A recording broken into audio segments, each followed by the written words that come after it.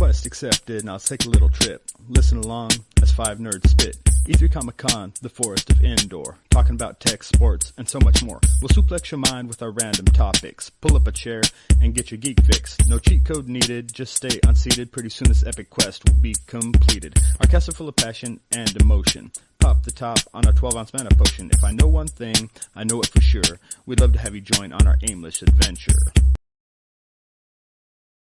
I have a friend of mine who has a cat that's 21 years old, and in addition to the plethora of other problems that this cat has, like it cannot move, it now has diabetes. And so she has to shoot it up twice a day.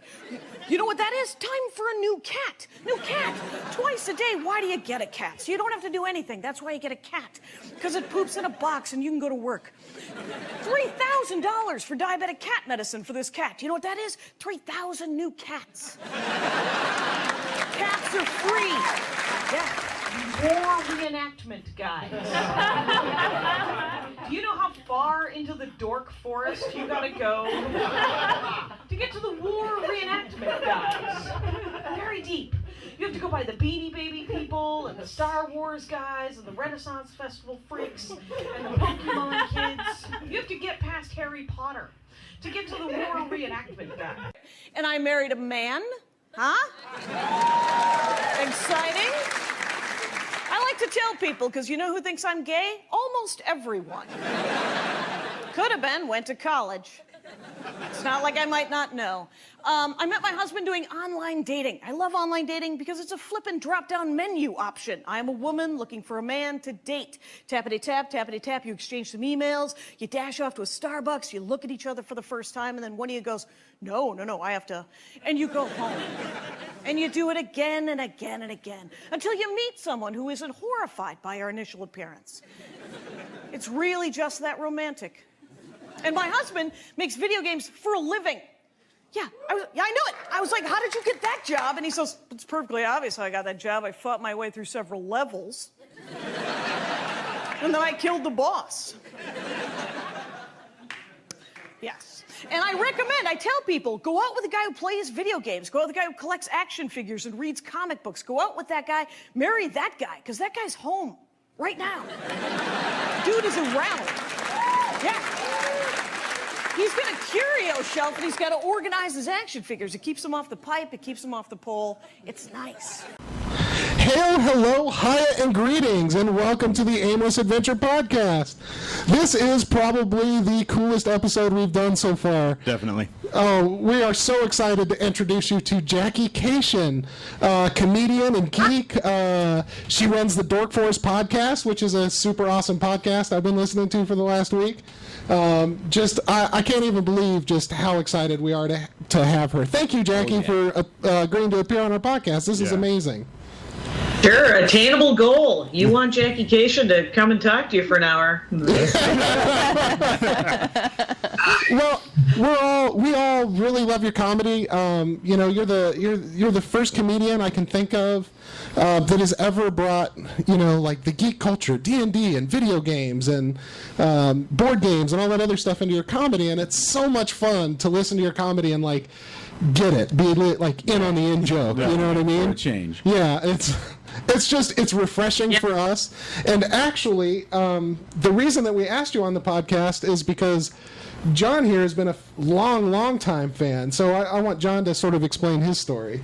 Okay, back in, I believe it was 2002, I saw your Comedy Central special, and you just spoke to me talking about the games and everything, and I actually emailed you to ask you for your autograph. And I don't know if you remember this or not, but you sent me a letter with the picture, and you said you were talking to your friend, and she laughed about that. He probably doesn't just want your name on a piece of paper. You should probably send him a picture or something. Okay. Yeah. I don't remember that.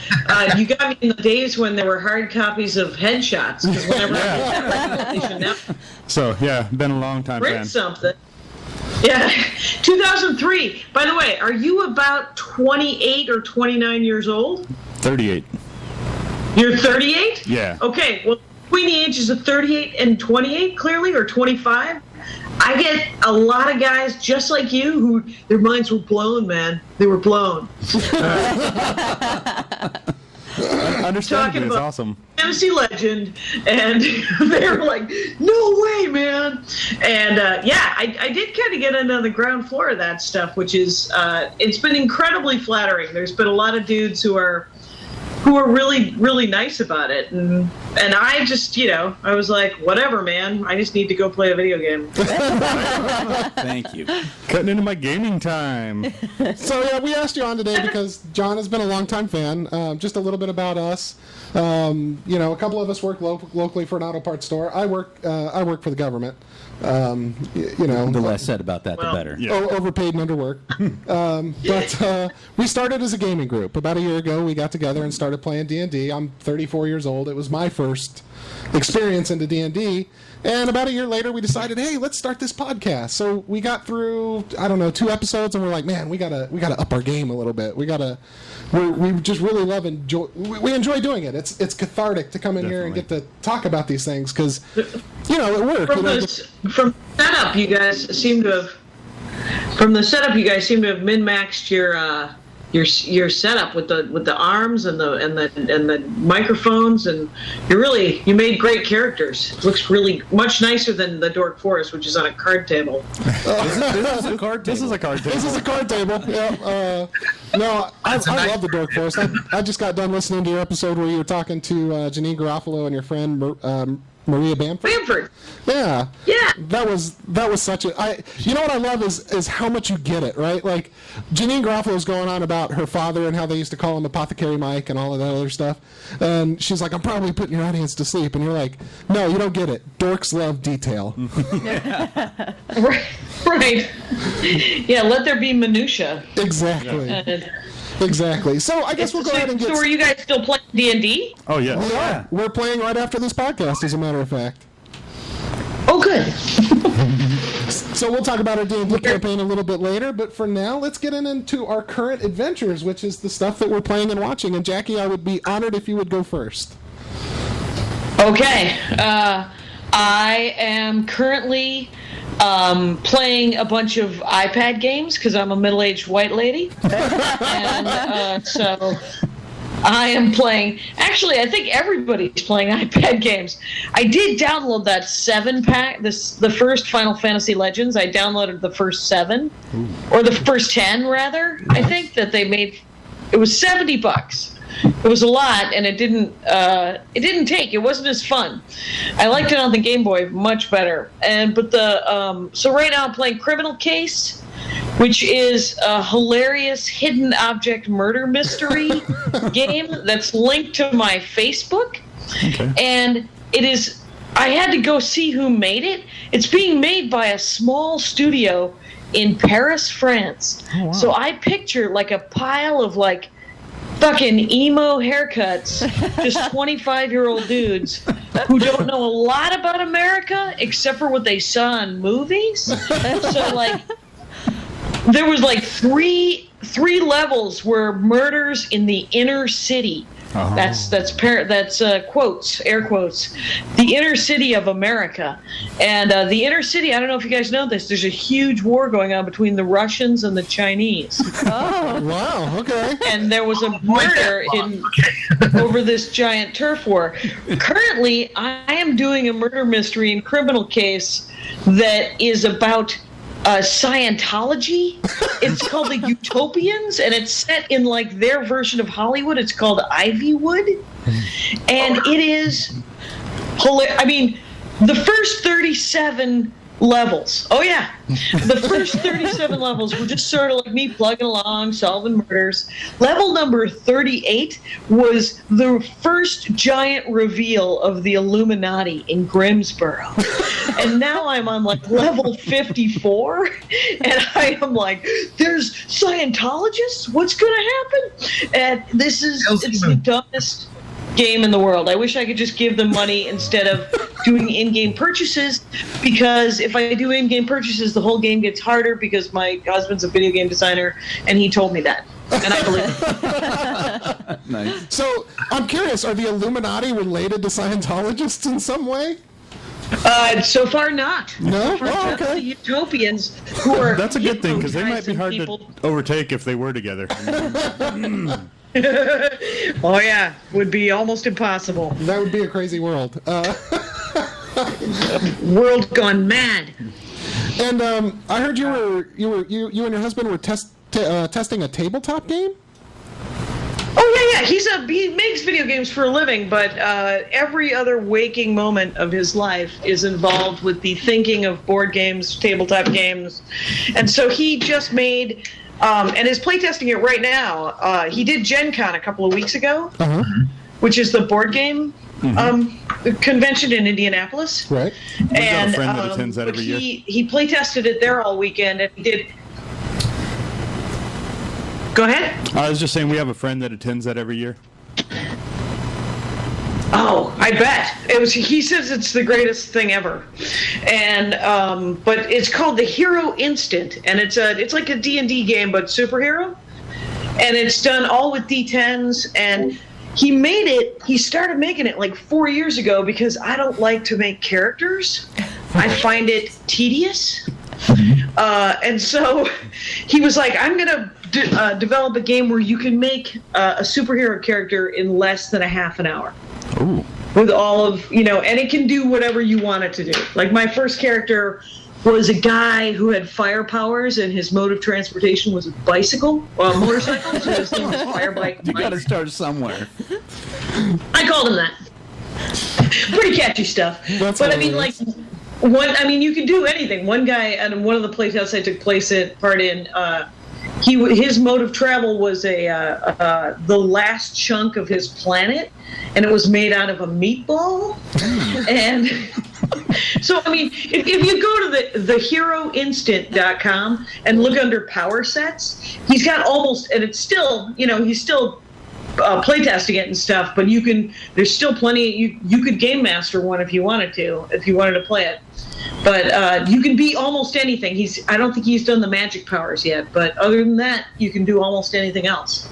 Wow. That is super cool. So, what's some of you or your husband's favorite tabletop or role-playing games or miniature games you like to play?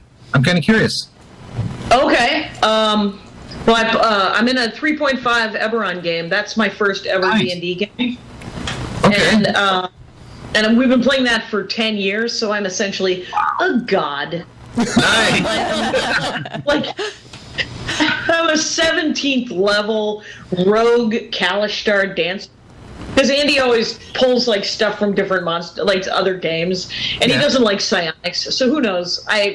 I'm whatever. And then I'm also in a Pathfinder game right now, where I'm playing my first ever cleric. Ooh. And then when I'm on the road and I can't make the game, they're very, very. It's bad because they get hurt. They don't have anyone to fix them. No healer. No one to bless them. No, Yeah, we know what that's like. Actually, Murphy is our dungeon master. He's the one that introduced us all to the game. So. Yeah, What are you guys playing? We're playing a first edition AD&D campaign. We had one there when I lived in Arizona, and just this last July, I moved here to Pennsylvania. So we've arranged a way for me to GM via Skype, and right now we've gone back to the campaign. And so we're doing a first edition AD&D. So I've introduced him to that. Wow. Yeah, it's kind of neat. We set up the. Are you going to do a finite one and then move to 2 and then 3 and then 3.5 and then normal 4? I played the original D&D. Years ago, I originally got into it with the old Moldvay basic set, which was my introduction to it, and I love that basic set because that's where I was also introduced to Errol Otis, who was my favorite artist from TSR. His artwork just it perfectly captures the fantasy element of the game. But I got into first edition and I got into second edition. I've actually never played third or fourth edition, but I am interested in fifth edition. I've heard a lot of good reviews about fifth edition, and I would love to try that sometime. Well, from what I've heard, you should skip right to fifth edition. Really? Okay. Okay. Don't go through the madness. Gotcha. Pretty good, but fifth edition has sort of taken it all back and has kind of fixed it. I'm told it's great. And then I also like to play a lot of miniature games. I've liked Dust Tactics. I've liked AT-43. Those were two of my favorite miniature games in recent years. So, Which one? AT-43. I don't know if you remember that one. That was made by Rackham. They went out of business, I want to say, around 2009. But that was a science fiction tabletop miniature game. And then I like to play. Okay. Yep. And then I like to play Dust Tactics also. Dust Tactics is one of those weird world war games where a UFO is discovered in the middle of World War II, and the Allies and Axis powers discover this new type of energy system, and the World War II ends up going longer past 1945, and you got walking tanks, and it's kind of like a combination of sci-fi and World War II, and it's a tabletop miniature game. It's kind of cool. So, a lot of fun. I've done a little bit of HeroClix, and I've done. Oh yeah. Okay. And then I've done a fair amount of just card games, like Magic: The Gathering. Oh yeah. Yeah, we're all Classic. Magic players. Yeah. Yeah. Yeah, you guys into that? Yeah, I'm sorry. we play Magic: The Gathering. I usually play with Ryan because he always likes to play. But Yeah, I have a question for you, Jackie. Okay. You've played Magic: The Gathering. Are you familiar with the deck that has slivers as creatures in it? You went a little Neil Diamond, Cracklin' Rose on me. Oh, What kind of okay. creatures? They're called slivers, and they combine card abilities and are super OP. No, I'm not. Okay, I hope you don't. but- yeah, they're a creature card in Magic: The Gathering, and basically, when you're playing them, they all build on each other. So every ability that one sliver has, any sliver you have out there has that ability too. And when I play with Ryan, I like to play with the sliver deck because he likes to die very quickly with that deck. Well, I mean, after 3 turns, you have an unstoppable field of, tri-powered creatures. So that's all I have to say I about wrote that. a competitive erotic fan fiction. Yeah. Not a bad Brian idea. Cook has a podcast called The Competitive Erotic Fan Fiction, and I wrote one for Magic: The Gathering. Oh no. And I'm spacing the name of the 2 characters that I did, the two cards, but the woman was a necromancer, I think, and there was the only line that I was very proud of was something like she killed him and then brought him back to life and said, "You forgot your safe word." Nice. Necromancer. So many Thank you. opportunities Thank for you very role much. playing. I'm very proud of that one. Oh my gosh, that is Hey, hilarious. Ryan, it's sort of like your elf character. Yeah, he was the character I ran in our first campaign was kind of a deviant. He wore the elf equivalent of assless chaps, so And like to hang himself in his hotel room. Yeah. he almost David Carradine at an inn one time. Yeah. It was a close call. Awesome. Oh, Too man. soon, I'm sorry. Okay, so we'll go ahead and go around the table. Helen, I'm going to save you for last Okay. because I'm really interested in the game you're playing. So we'll go to Ryan next. What are you playing lately, brother? Lately, I've been playing Borderlands, the pre-sequel, because I got it for next to nothing off of the Humble Bundle website, and it's a lot of fun. I could kind of do without the needing air mechanic on the moon, but it's still a lot of fun. I love Borderlands. I can't wait for more, and I started playing Ninja Gaiden Sigma again because there seems to have been kind of a lull in that type of action game, Ninja Gaiden and God of War and that kind of thing. Down the Devil May Cry, And then I started playing Planetary Annihilation on Steam, which is a spiritual successor to Total Annihilation from 1997, I believe, which is one of my favorite RTSs of all time. And Planetary Annihilation is pretty neat because you have little planets that you assemble your forces on and everything. Your commander lands just like in Supreme Commander. Do you fling birds at it? No. Oh, Absolutely okay. not. Totally thinking There aren't birds involved at all, robot or otherwise. And you Seth build your Green would be forces, you can- disappointed. the zooming in and out, from way back in space to the surface is really fast and seamless, and you can just rotate the damn planet and see what's going on all over the place. And it's a lot of fun, but it's time consuming as hell. Yeah. Yeah. Very cool. Yeah, that's what I've been doing. All right, John. I have been playing, of course, came out just a week ago, the new Madden 2016. Not John. Yeah, I know, right? It's The one who weird. takes a vacation just to play the game. Every year. Every year. And has Every a year. very understanding wife. Holy smokes. That's awesome. You're gonna put your vacation in for the dropping of the new Madden. Football? Yep, every year. And it's a really good release. I know over the last couple of years it's been kind of more of the same with slight tweaks, but they completely revamped the catching, tackling, playing the ball in the air mechanics, and it looks beautiful. I did have some issues with some glitchiness, it freezing after a game, and errors downloading and stuff, but if anybody's interested in getting it, definitely get it. But if you can, wait a week or two, let them fix all the bugs, and then pick it up. The 11-minute fumble. Oh yeah, that was fun. Yeah, I saw that. What platform are you playing it on? PS4. What platform are you playing Madden on? PlayStation 4. Thank you. Yeah, we're mostly Sony people. I have Yeah. everything Sony, and then I've got the Xbox One and all my classic games and all that other stuff. So, My husband worked on the two famous games. He worked at PlayStation for 6 years, and he was like, they kept canceling his projects. oh, And so the two big ones that he got to work on were God of War 2 and 3. And Which are awesome. They're great. But I mean, he didn't get like he was like, whenever he tells it, he was like, those are the famous games I worked on, but know in your heart, very team player. Like it was no, like he worked on Warcraft, and he worked on, this what was it?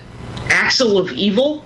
It was supposed to be like the heads of different nations. Like you could be Gandhi or you could be Stalin, and then it was like a game of chicken where you drive at each other. And it was like Gandhi versus Burnout, Stalin. That's but awesome. with If only the world with, leaders like, would really heads do of that. state. It would have been great, but they canceled it because they had just, I think, bought Shock and Awe, and they were like, backpedal. Yeah, the premise alone, I'm sold. Yeah. yeah, he worked for Sony Santa Monica. Is that right? Say it again? He worked for Sony Santa Monica. Is that right? You worked at Santa Monica, Sony, PlayStation? Yeah, Santa Monica? Sony Santa Monica. Yeah, that's one of my favorite developers. So, yeah, that's Yeah, that really was cool. That is awesome. Now he started his own game company, didn't he? Yeah, Giants Dance Games. And so since then he's been working, like the cool ones, he's done a bunch of kind of weird one-offs because it's contract work. So he's like, sure, India, you can outsource to me. And The tables have turned. but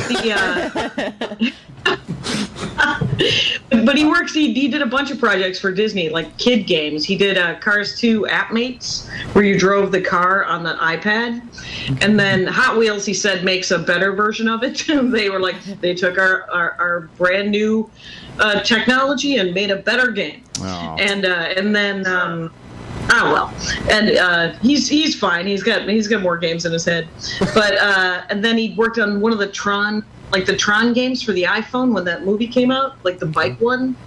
Yep. And then he just worked at Disney making games for little kids, because you know what a 2.5-year-old needs? A video game. Yeah. Start out early. Right, start them out early. Exactly. Let's get him started. Yeah, there's so much But I didn't more mean to stop. savvy than we were at that age. Yeah. Awesome. So, Madden, anything else? That's Pretty much occupied it? most of my time. I did buy a retro console at the Game On Expo we went to Oh, yeah. that plays. It has 3 slots. You can put in I call it Ghetto Nintendo, but the old school Nintendo cart, a Super Nintendo cart, and a Genesis cart. Have them all plugged in at the same time and switch back and forth. And so far it plays flawlessly, and it's really cool. But That's awesome. I haven't had a chance. I'm getting back into Shining Force 2. I just did the first battle and ran Love out of that time. game. Very cool. And Murph, I heard that you've gotten back into Mad Max. Oh yeah. I haven't started playing. I haven't gotten the new game yet, but Yeah, no, I've always been a big fan of the Road Warrior. My cosplay that I wore, I put together the classic Road Warrior outfit.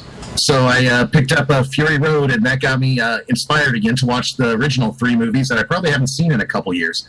Hell, I used to watch those once a year. I was a big Mad Max fan. So so I finished up Fury Road, and then I just went back and watched the original Mad Max, where he was a cop. And that one's very interesting, very young Mel Gibson, and now I'll be moving on to the Road Warrior soon. So, but yeah, that's what I've been going through lately. Cool. And now, how was Fury Road? Have any of you seen it here at all? No, I haven't seen it yet. I'm ashamed. I really should have. Yeah, it's a personal stain on my geekdom that I haven't watched it yet, but I'll get there. Oh my God, so good. Is it? I had only seen Thunderdome before I saw Fury Road, and Thunderdome is the worst of the 3, and I was still I'm easily entertained. I am a simple woman of the people. So, and then Fury Road, and then I went back and I watched Road Warrior. I still haven't seen the first one. I haven't seen Mad Max, but I saw Road Warrior, which I think is, or wait, what's the one with the gasoline? Is that one Mad Max, or is that Road Warrior? That would be Road Warrior in the original movies, yeah. Yeah, I saw Road Warrior. I've now seen Road Warrior and Thunderdome, but really the first good one I saw was Fury Road. My brother was hilarious. He was like, I hear it's just a car chase movie. And I was like, yeah, greatest car chase movie in the world. They go there and then they come back. I don't know. And there's a guy playing a guitar that has fire coming out of it, and he's really playing the guitar. Sold. You know what's pretty cool about Fury Road? The actor that plays the main villain in Morgan Joe in Fury Road, that's the same actor that played the main villain in the original Mad Max, who was called the Toe Cutter. Yeah. Wow. And that's pretty cool. Well, go ahead.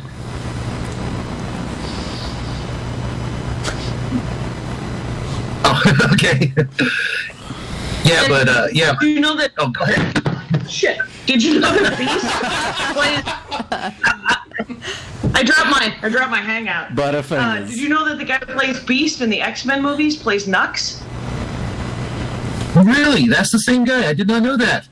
Yeah, the future in Future Past. Right. Yeah, he plays Nux. Nox was a pretty cool character. I like Nox. Yeah. Oh my gosh. No, it was really good. You know what, guys? Don't expect a storyline like Schindler's List or Saving Private Ryan. Don't expect twists. Don't expect twists from this movie like from I don't know. Don't expect some twist. It's like a Godzilla movie. You know what it is. But this movie is just a hell of a lot of fun. If you want to go in there and see, an hour and a half long, I don't know how long it is, of just where you're cheering and you're seeing a car chase, and it's just a fun movie, and you're going to come out of there just hollering and rooting, and it's awesome. So, you're talking to the guy that loves Gone in 60 Seconds and Fast and the Furious, so. Man, I like 2 weeks notice. There's nothing. We all have our crosses to bear. Yep. Since we're talking about Mad Max, I was talking to Josh earlier. I can kind of understand in the Mad Max series, but like Death Race 2000 and any other sci-fi movie from the 50s to 80s that was portraying present time, why did they think that we were all going to be wearing leather suits all the time? Don't they know we live in Arizona? What's kind of cool, and you really got to give the Road Warrior credit for this. Road Warrior or Mad Max 2, it really set the standard for post-apocalyptic movies that came afterwards. Oh, for Before sure. that, you had movies like Logan's Run, Planet of the Apes, but they were kind of futuristic. Planet of the Apes had the more desolation type, but you had A Boy and His Dog, like I said, Logan's Run, where it was post-apocalyptic, but it was still really hardcore sci-fi and didn't really show a society that was living off the scraps of the past. And after The Road Warrior, how many of those movies were made? Like you talked about Death Race, or even Waterworld is basically Road Warrior on the ocean. Yeah, it really set the standard for those type of movies to come. So, did he do the same thing with pig movies when he made Babe? Yes. I believe he also did Babe as well. Yes, he did. The pig movie? Yeah. Yep.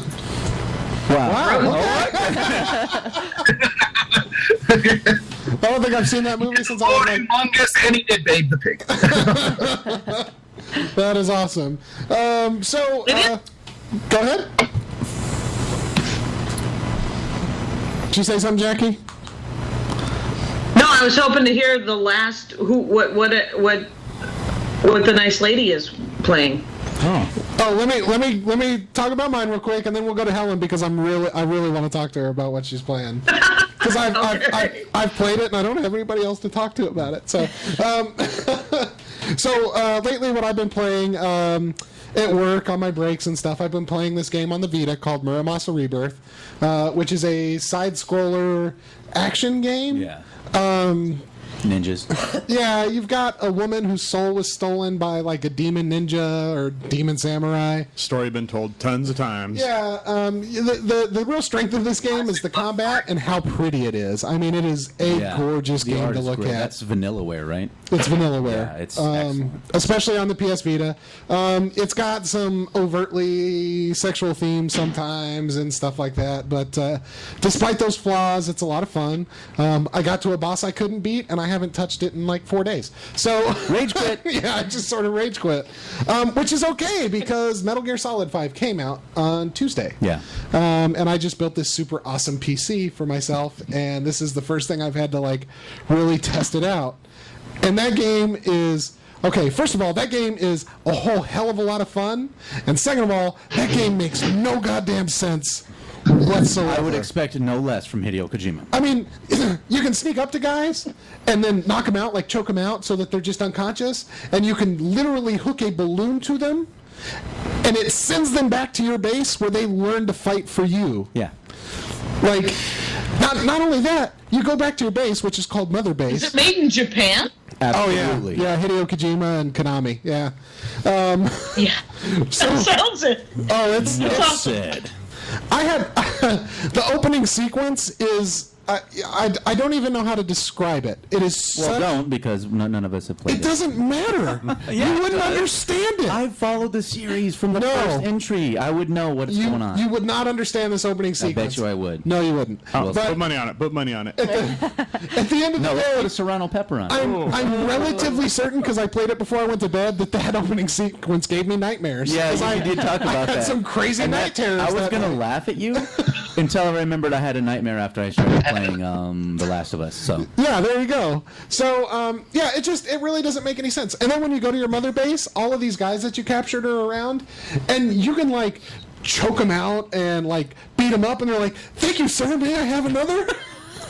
Wow. masochism simulator. You can literally, sadistic. you can practice your, like, sneaking skills and, like, just totally take And these they're guys just out. like, I'm glad I could be a part of that, sir. Thank They're like, you. "Oh, thank you, sir. This was the best experience of my life." Wow.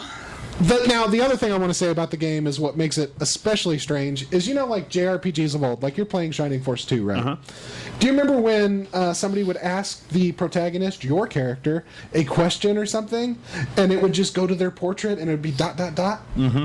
It's just that 1,000-yard stare? Yeah. Yeah, that's all Snake does. Oh, wow. Yeah, you got people like on half-hour-long monologues, and he never responds. Yeah, that seems a little disappointing. It's a little weird, but I mean, they hired Kiefer Sutherland, so maybe they just couldn't afford to pay him. Maybe he was charging by the word. It is a little weird, but I'm playing the game. I'm really enjoying it, and that's kind of the end of it. It's also Hideo Kojima's kind of swan song too, so that's Yeah. kind of special too. As for what I'm watching, I am watching Star Trek Voyager on Netflix Voyager because was great, man. there's nothing on right now that I really They care had about. a female Klingon engineer, man. Yeah, B'Elanna That's Torres. awesome, But the yeah. reason man, okay, so Kate Mulgrew, right? You can't see her as anybody but red, right? She got it. No. She got her start in soap operas. Yeah. And then she got onto Star Trek. And I remember watching Star Trek Voyager when I was a kid with my parents and stuff like that. But then I've been watching Orange is the New Black. Yeah. So now she's red. She's red. You know, and like going back to Star Trek Voyager and watching her Captain Janeway. Being really, really, serious and military, and it's weird. She is one of my favorite captains. I mean, I know that's sacrilegious. People are like, no, it's Kirk or Picard.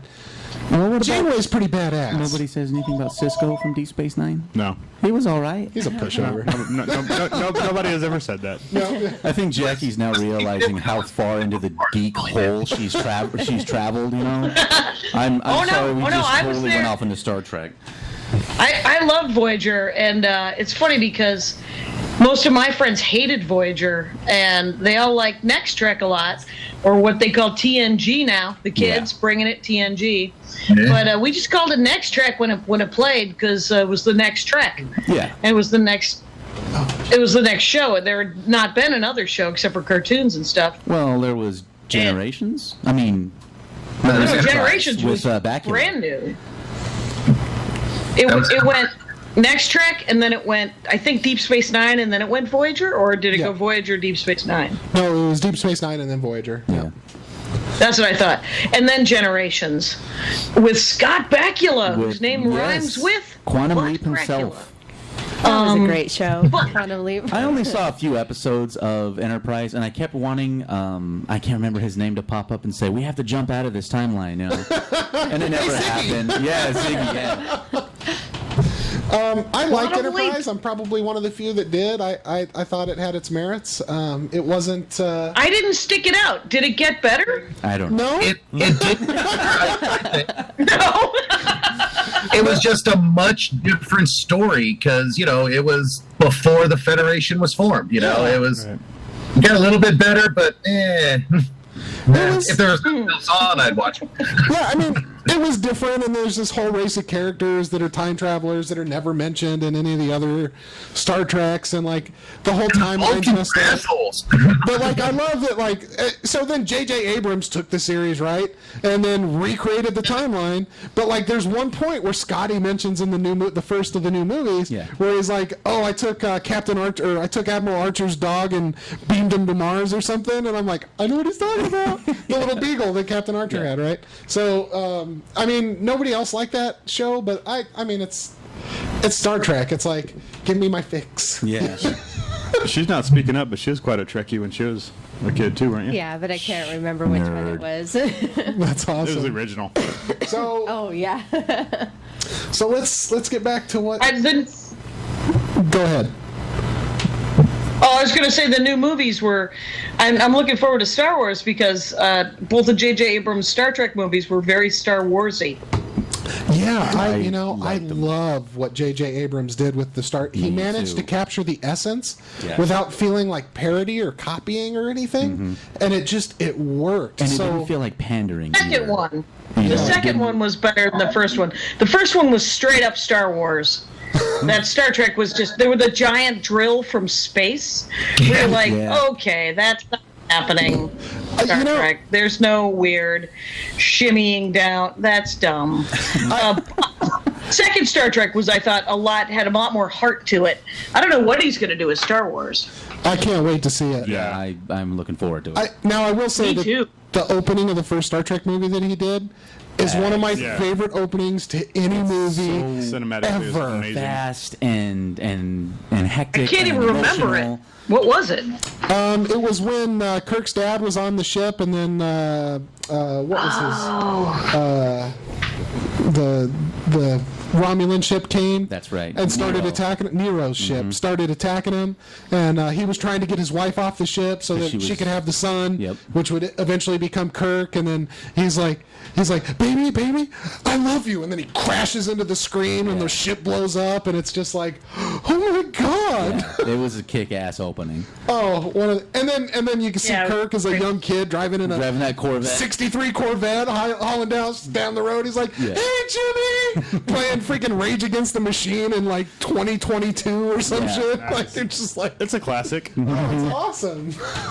So cool. I think there was a window that I had that I would have had to have seen that for me to be excited about that. I grew up on the old ones, so I was just like, why you gotta make that guy such a fucking haircut?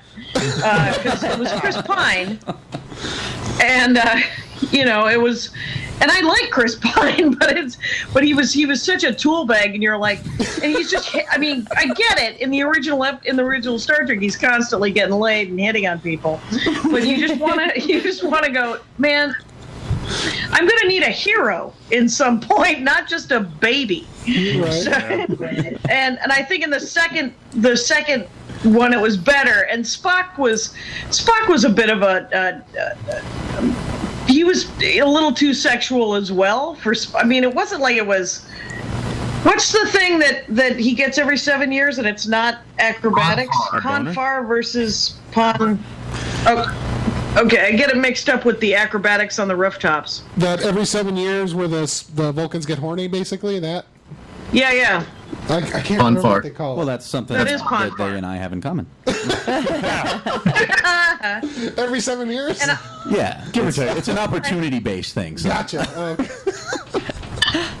I keep derailing you guys. I'm so sorry. No, that's exactly what we do. We are the Aimless Adventure, so that's what we do. That's what we do. We love to get side railed, so it's awesome. We are so happy you can be here and that you're participating. This is a true honor for us. So this is great.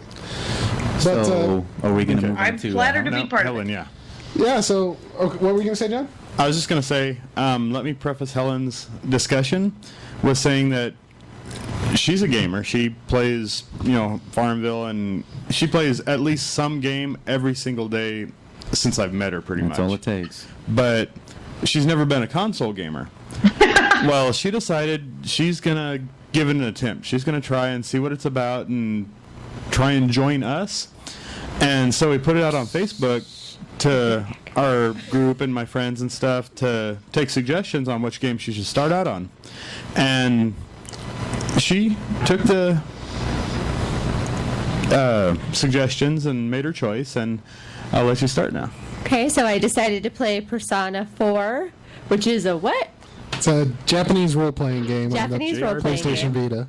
And I play it on the Vita. And that's a role-playing game made in Japan, not a role-playing game where you play as Japanese people in some weird... Yeah. Well, you still play as Japanese people, but whatever. Vaguely English and the subtitles are English. But I really like it. I haven't had a lot of time to play it, but the time that I have played it, which is like usually about an hour a night, is really, really fun, and I'm getting more and more into the story. I just know, what's the little girl's name? Nanako? Nanako is going to die somehow.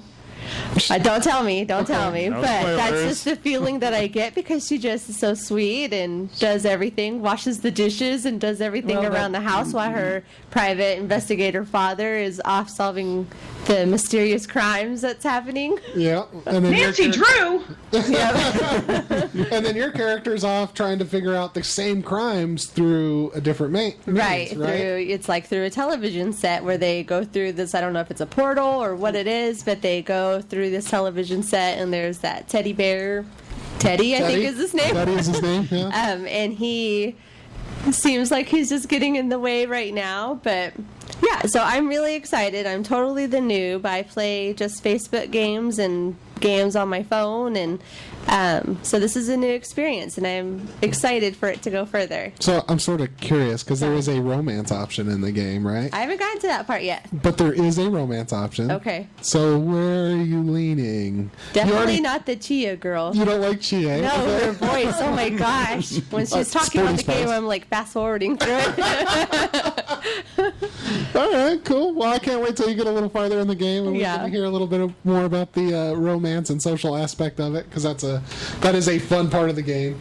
But you like the game so far? So far, I'm loving it. Yeah. What was the last dungeon you did? I honestly, it's like I'm blanking right now. Yeah. Did you do the bathhouse? No. No? Okay, that's the... Sounds saucy. I'm in. Yeah, there's a bully guy. I think you're way into the romance part of it. Well, I was just wondering, is you're it like, Turkish? Hey, are they doing it yet? It's not overtly sexual, the romance part of it. It's just, it's so sweet. Like the story and everything. It's romantic. Yeah, how it evolves is like very sweet. It's really cool. So I want to hear more about that part of it too. You know what I mean? So that's okay. When that's I one get of my to that, favorite I'll make parts of the sure I game. jot And then the down some tentacles notes show for up. you. Yeah. Well, you get to like not you get to go hang out with your friends just in general. You can like go to the mall on a particular day or whatever instead of studying like you should be doing. Right. But yeah, you get to romance some of the people in it. But I am like 1 week away from getting a job though. Nice. Wow. So yeah. This could be Helen's addition to the journal update. Yeah. It is by far one of my favorite games. I put 100 hours into that game on the Vita, and it is super, super fun. So Cool. All right, well, I guess we'll get into our next portion, which is our journal update. And you know what? To be honest with you, with the last podcast that we did 2 weeks ago, it was kind of hectic right after, and we got set up kind of late. We didn't get to play for very long. I think we played for like an hour and 15 minutes or something. Yeah, it was rushed. Yeah, I don't remember much about it other than we're some sort of associate member of a pseudo cult. Yeah, remember we became blood brothers or something? Yeah, that's based in the Palmage and some temple. Murph, what can you tell us about where we're at? Well, I'm actually putting you guys through the module B4, the Lost City. You guys, and that original module is very first edition. It's actually a basic module that I've adapted to first edition. But in those modules, they really didn't have a setting. It was a generic setting. So I've put it into the Palmage desert. It's in a desert setting. It's a pyramid that's been half buried by the sands, and it's one of the last buildings left over by this civilization that kind of died out. But you're finding out that their civilization went underground. You don't know why they've gone underground. You have found out that there are 3 cults living inside this pyramid. They worship 3 different gods. One of them, it's kind of interesting. One of them is the cult of Gorm. That's kind of like a Zeus type of god. The other one is a Mardua, which is kind of like an Athena type god. And the other one is kind of like based off of Mercury, from all that from the Greek mythos. But you have those 3 cults that each one thinks that they believe how they can turn their people around. However, the decline of their civilization came about when they discovered a creature underground that they called Zargon. And then the populace ended up following and creating a cult of Zargon, and that was the decline of their civilization. And you guys have now been asked by the cult of Gorm to go after Zargon. So which of these religions would you say is the Illuminati, and which one is the Scientologists? Right, because we need to keep them separated. Yeah. They're all a bunch of idiots, I'll tell you right now. But you guys actually joined the cult of Gorm, so we'll see how that goes. Very cool. Well, we'll continue that adventure tonight. Jackie, did you want to tell us anything about your game of Oberon, like what the universe is like, kind of the story so far, or anything like that? Oberon. Well, it's I walked over here to show you I inherited Andy, my husband Andy's iPhone 4. I had always had a burner phone. Just in case, man. Right, You never know. You never know when you got a Breaking Bad situation. You got to break that thing in half and toss it in the trash can. Yeah. But this is his case. This is the case that he had, which is I think an original dungeon. Oh, Awesome. Nice. Outstanding. Yeah, it's and I've been trying to get he got the 5S or something, I don't know, but I've been trying to get him a replacement, and I haven't been able to find it. But it's one of the original temple maps, and the case is by something called Incipio, and I've just noticed that. So I have a chance now. If I look up the word Incipio, cell phone cases, maybe I'll be able to find them a thing. We're playing in Eberron. There's 5 of us. My favorite thing is what they like to tell a story of when I first started playing. I'd never played before, and I thought, different game masters can have different levels of hilarity, right? Like the ones that like to set you up, and there's ones that, like my Pathfinder game, that guy Eric, he likes to kill us. He likes to literally kill us. That's Frank. Tomb of Horrors. That's it, Tomb of Horrors. But Eric likes to kill us, but then he always has in his back pocket, he always knows how many hero points we have. So he's like, well, you could spend a hero point to bring yourself back to life. So I got, like, 3 times he killed me, and I literally got so upset that I wanted to cry. So he's kind of like the friend that you're playing Mario Party with and steals your one and only star? Yeah, except for he knows he can get it back to you somehow, because he was like, all right, you can use it. I know you got, how many hero points do you have? Like, he'll let you stew in it for like a minute. And ever since I realized that, it was like 3 games ago, because I've seen him do it. We play with a little boy Pathfinder. We play with a young boy who's 12, one of our friend's kids. Oh, wow. And he has gotten up and stomped off. And Eric's like, hey, Bernard, do you have any hero points? As Bernard stomps off. A 12-year-old stomping off? The hell you say? I can't blame him. That's just rage quitting. Me neither. That was when I realized, he's not just doing it to me, he's doing it to all of us. And he knows exactly how many hero points we have. So he just wants to kill us. And then he's like, no, you don't have to make a new character. You're fine. Yeah, if he's going after a 12-year-old kid, nobody's safe. Yeah, we've learned that. Well, it's got to learn. The indication that trouble is ahead is when the DM asks, "What's your armor class again?" Yeah, you know something bad's happening. And sometimes he would totally like Regis Philbin us and say, "Are you sure that's what you want to do? Is that your final answer?" Yeah, and just dropping little hilarious. subtle hints and stuff. He's pretty forgiving with us. That's all. Well, and it's so funny because when we first started playing, I remember we followed these like slee stacky lizard guys into the jungle, and they shot a couple of our guys with these aging arrows, and I'm an archer, and so I picked up the arrows, and then we run into this baby dragon, and I was like, should I shoot it with the aging arrow? Oh no! And the other No! It was no. I was like, no. Yeah. Damn, that is party sabotage. How can I buff the bad guy? How can I make this dragon stronger? Oh my goodness. Well, there's no way to organically know that fucking dragons get better as they get older. Touche. That is awesome. I have to be taught that. Shoot me with an arrow. Shoot me with an arrow. Did you just and have luckily Tiamat? the GM was. Yes. What's that? Andy was like, Andy was like, you could do that. Do you want to do that? And they're all like, no. Your tank tackles you. The ancient dragons are the worst. Our tank is a Warforged that I also named because I didn't know this was true about Warforged. They answer to the first name that you call them, and it was one of the first first sessions. So I was still thinking it was fun and it was riffy. So like before this, we met this witch and she said you have 3 questions, and so I go, how tall are you? And everybody glares at me, and Andy goes, that's 1. She's 5'7", and the next thing that happens is Buttercup. I name him Buttercup because I'm not thinking. He goes, "What's my name?" And I go, "Buttercup," and he's like, "Okay, I'll answer to Buttercup." And so 10 years, for like 6 years in that game, we called him BC because he was like, "Just call me BC." And in the last couple of years, he's like, "No, you can call me Buttercup," and he sort of embraced Buttercup.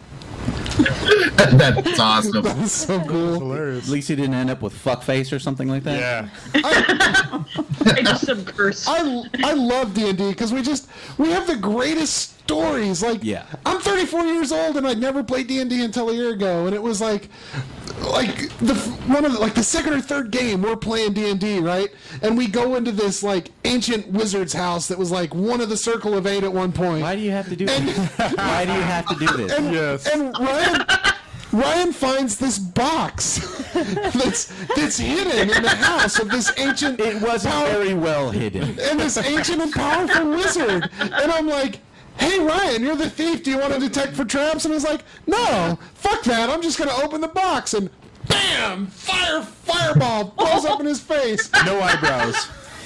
Yeah. And then after that, he was like, just the rest of the game was like, no, fuck you guys. I ain't doing nothing. I ain't opening shit. No, fuck you guys. That became my task after that. Yeah. Your eyebrows lost their saving throw. Your eyebrows failed their saving throw, right? I almost died.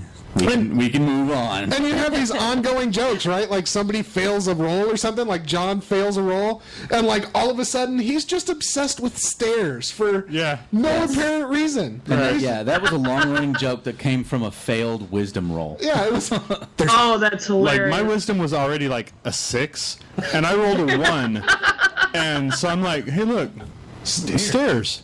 And so from that point on, my orc became part of the Circle of 8 because we kind of retired those characters. They're clones, actually. Mm-hmm. And from that point Ryan, on... why are they clones? What? Clones, Ryan. I don't know, Murph. Maybe you should tell him. Because you ran us through the Tomb of Horrors, you traitorous bastard. Oh, yeah, that's... Wait. No. You're so full of... Right now, you're so full of shit, your eyes are brown. Ryan wanted to go through the Tomb of Horrors. Well, I'm sorry, brother. Everybody. I mentioned the Tomb of Horrors one time, maybe twice. No! Because I wanted to know if Murph had ever ran the campaign before. And it's legendary for killing player characters. I never once fucking said that I wanted to run the Tomb of Horrors. So one time. Almost every time. You lying whore. Every time we take a smoke break, we'd go outside and Ryan would bring up. It would eventually evolve into a conversation about the Tomb of Horrors. Yeah, I was curious. For like 8 months straight. And in his defense, he didn't say we should run it. Thank you, John. But he did bring it up a lot. He asked about it a whole lot. Yeah, but at never point did I express interest. It always ended the conversation with "fuck." That would suck. So then, before we were kind of retired our characters, we finished our campaign, and our illustrious DM here, Murph, was getting ready to move back, or not move back to, but move east to Philly to take a new job. And so for our final campaign, without telling us, he decided to take us to the Tomb of Horrors. We find out a couple of narrow escapes later that, oh, fuck, this is the Tomb of Horrors, isn't it? And we end up sliding down a goddamn ramp into the lava and petering out like a wet fart. Because we're all drunk, and Frank's like, I don't know, let's keep going. So we're like, yeah! I want to give a word of advice to our listeners. If you're ever playing D&D or anything and the floor starts leaning, never go with it. Go the other way. We were all pretty liquored up, you know. We were trashed. Frank was the only one that was like somewhat sober, so he's like, no, it'll be cool. Yeah. All right, let's do it. Right. I barely remember this whole adventure. What really pretty sick that night. What really stuck with me about how our characters died, but came back because they were a clone with Circle of 8 and everything, was how anticlimactic it was. We had this grand adventure over the course of a year, and then we go out with all the pomp and circumstance of wet fart. You're dead. Basically. You fell into a pit of fire and he started closing the books, and we're like, what? Yeah, and he started closing his shit up, and we're like, no, man. No, that's not it. That could be it. There was this denial stage where that module. That's why I never ran that module, because not fun for players. You know, it's legendary for killing them. It's pretty cheesy, but I thought for our very last game, you know, when I was there, let's go ahead and try. Right?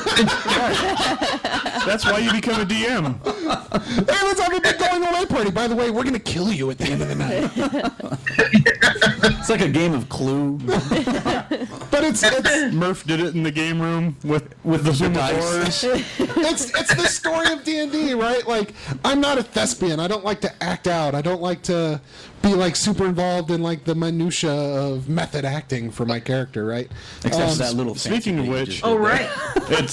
It was pretty cool of him to go to Comic-Con with us, because he is so not thespian that people in cosplay and stuff kind of make him uncomfortable. So he was completely out of his element, but he had a good time, didn't he? Yeah. Oh yeah, I had a great time. Yeah, he doesn't like when the weirdos get in his bubble. It doesn't mean I'm dressing up. Yeah.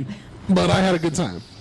I don't know, Jackie, do you have like 10 more minutes that we can talk to you at least?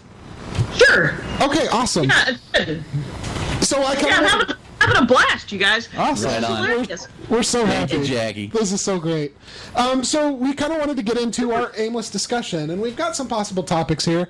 And, one of the things, and the topic is old, hashtag Gamergate, right?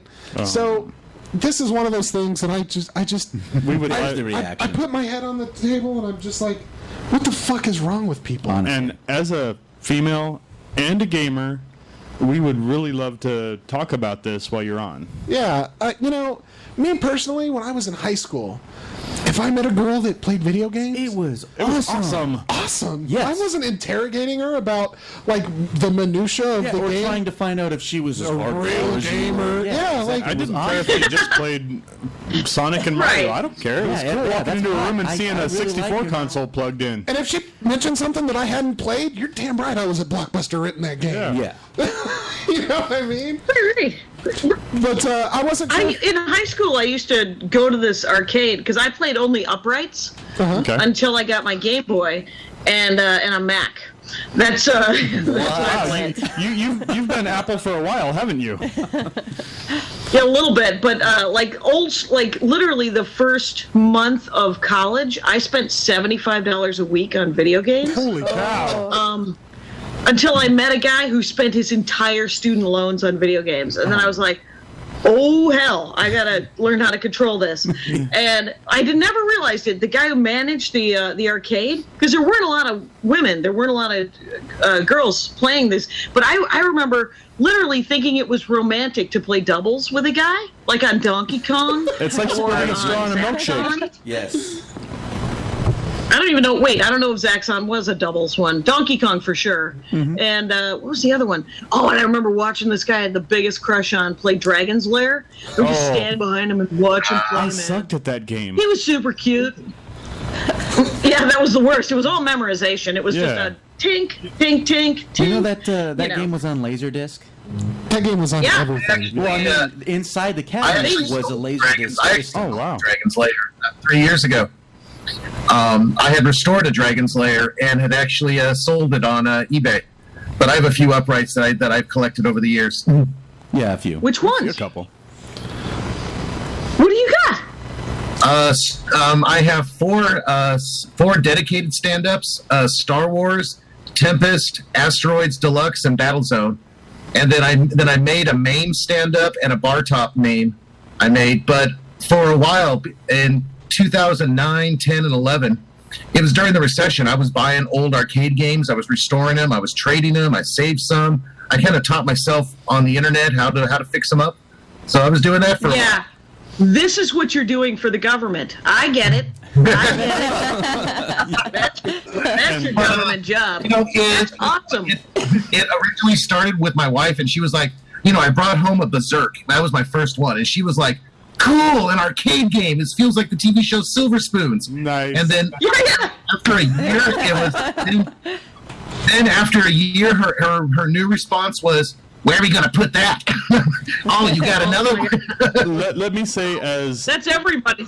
we have 3 teenage daughters, and one of the other guys that plays D&D with us has a couple of really young kids, and it was so awesome whenever the Murphs always hosted like St. Patty's Day and New Year's Eve parties and everything. It was such a joy seeing our young kids absolutely love playing the old Star Wars and the old school stand-ups. They just loved it, and that just made me feel really good because they live in the age of, oh my God, it's got to have the best graphics in the world, you know? And it's got to be instantaneous. Yeah. Right. It has to have a Hey, story. have you guys read Ready Player One? Oh, I have. No, I haven't. By Oh Neil my God, it's Stephenson. a Hunger Games for 40-year-old nerds. Oh, It's the yeah. best Oh, book ever. I'm in. Nice. Yeah, actually, I didn't. Yeah.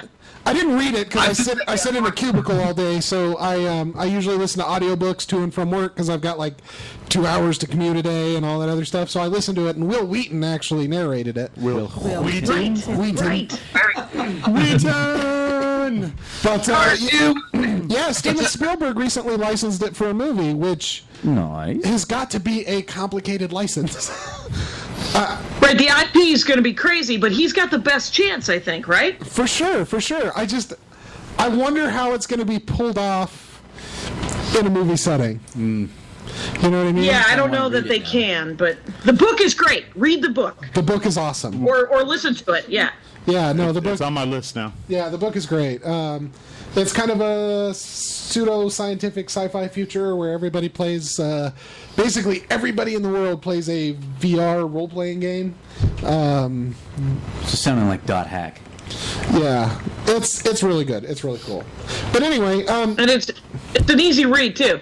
Okay, so Gamergate, guys. Yeah. Those yes, guys. back to Gamergate. So I guess I really wanted like your opinion. Like in your comedy and everything, you talk about games and D&D and Harry Potter and stuff like that. And like one of the big things we keep hearing about Gamergate is like how much the assholes attack women on like the minutia, the detail, and like just Did you play it on the hardest something? setting? Then you didn't play it. yeah. Like I just kind of wonder like your experience and kind of what you think about it.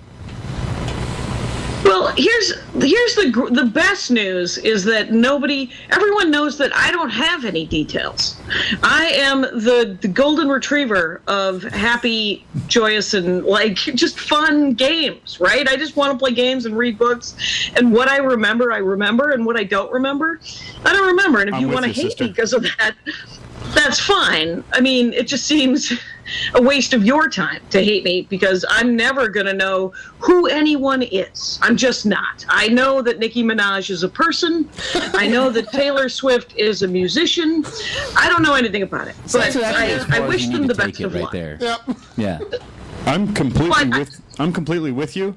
I'm a bad gamer because I love like old school RPGs and tactics-based games and stuff, but for the most part, I could care less about the story. I'm hitting X as fast as I can to get to the next battle.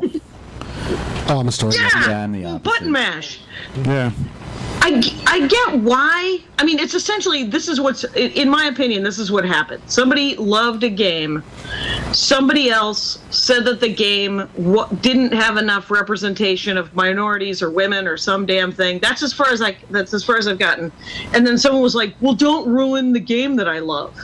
Well, that game is not ruined. You get to still like that game. Right. The movie Holiday Inn is a movie with Bing Crosby.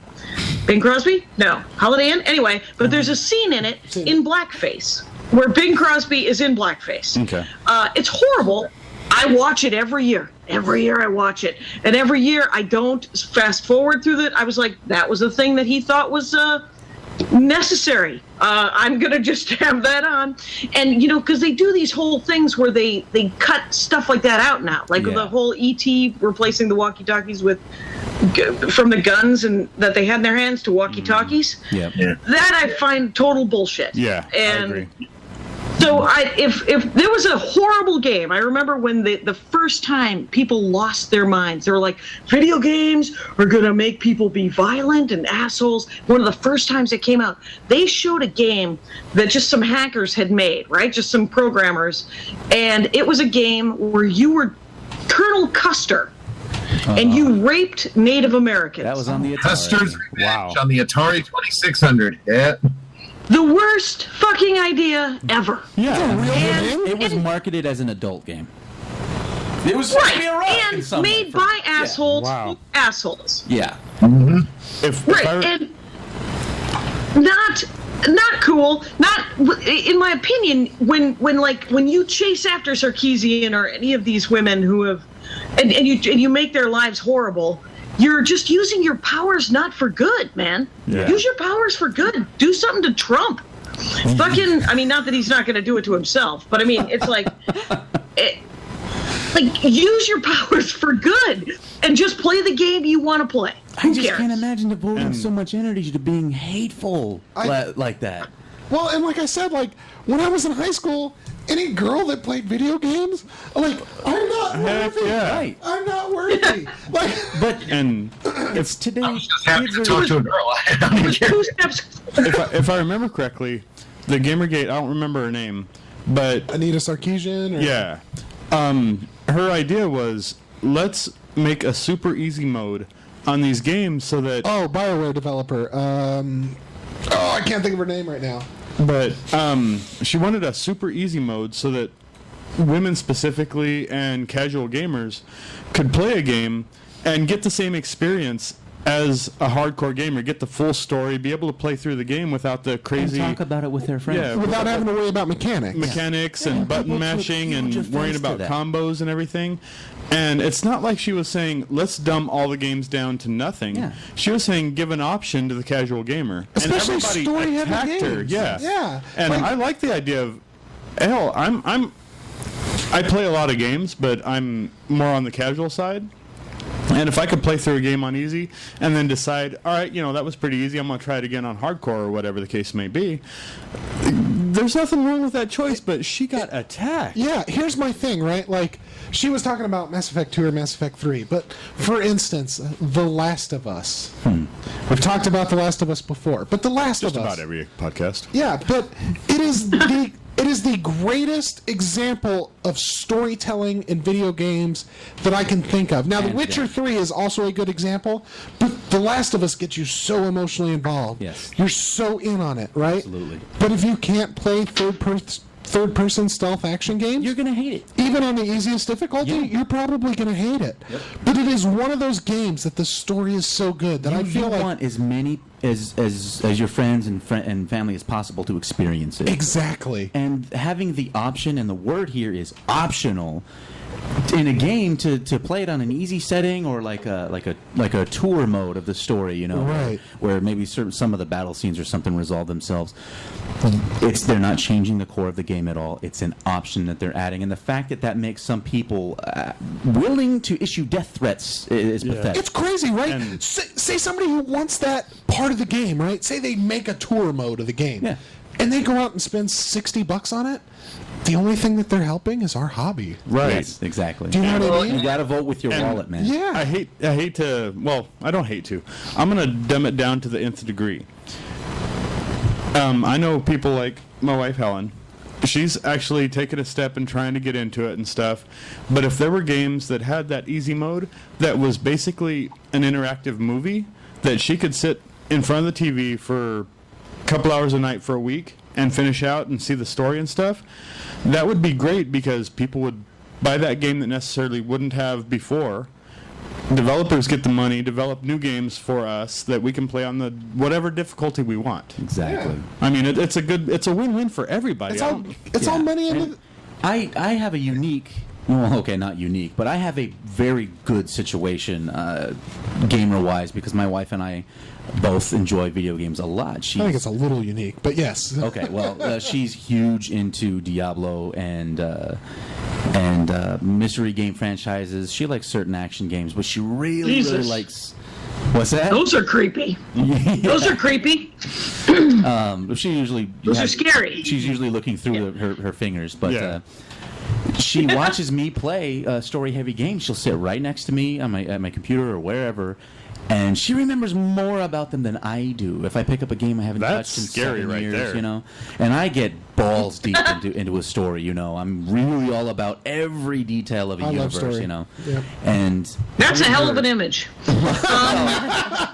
I could have worded that better. That wasn't very eloquent. But, I'm kidding. But having her, I grew up, just like you said, there were only a few girls that were into video games, and when they were, you were like, awesome, what are you playing? But having my wife is as into gaming almost as I am, even the games that she doesn't play, I don't really like the mechanics. I don't like how that controls. She still wants to sit down and watch me play it, and we'll finish dinner, and she's like, are you going to play Last of Us or whatever, And I think that's, I don't know, man. That's really awesome, and it's a shame that some people are out there don't want to share our great hobby with everybody. Yeah. And right. I think it's okay if you want to mock the what you call the dumbing down of it, or what they call the dumbing down of it. Yeah. If you want to mock that with your friends, you're like, look at that. That's fine. There's no reason. I mean, when I started playing video games, they were a lot harder. They're a lot easier now. They start out even easier because they want to get you in. Yeah. And so I get why you would be against it. Like my knee-jerk reaction is, oh, why you got to do that? Frickin' figure it out. But I'll tell you this, Prince of Persia: Sands of Time, I tried to play it on the PS3 when Andy and I first started dating, and I never played console games, and to play a console game, you gotta commit. You gotta sit there for 10 to 14 hours and learn how to do it. Yeah. And so Andy would sit next to me and just want to grab he's like, I can't watch you play until you learn how to play. And but so I get why they want to do it, but there's absolutely no excuse for being mean about the whole damn thing. Literally, if you have the power to like find out secrets about people, go into exposing bad guys. Make a video game of your own. Do something cool. Get a hold of Edward Snowden. Yeah, right. Go to Brazil. Yeah.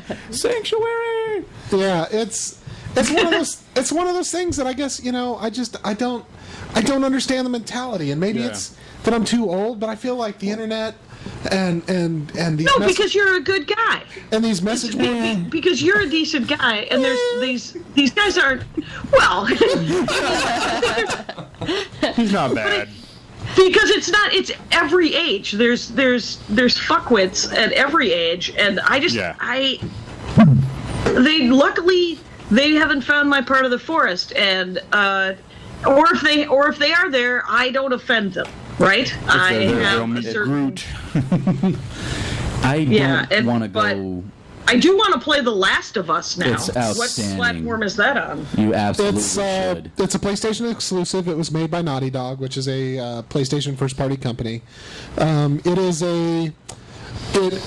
It sounds cliche to say that it's a zombie apocalypse game because it is so much deeper than that. I don't know how much you know about The Last of Us, but basically there's this man and he has a daughter, and when the apocalypse strikes, there's tragedy. Yeah.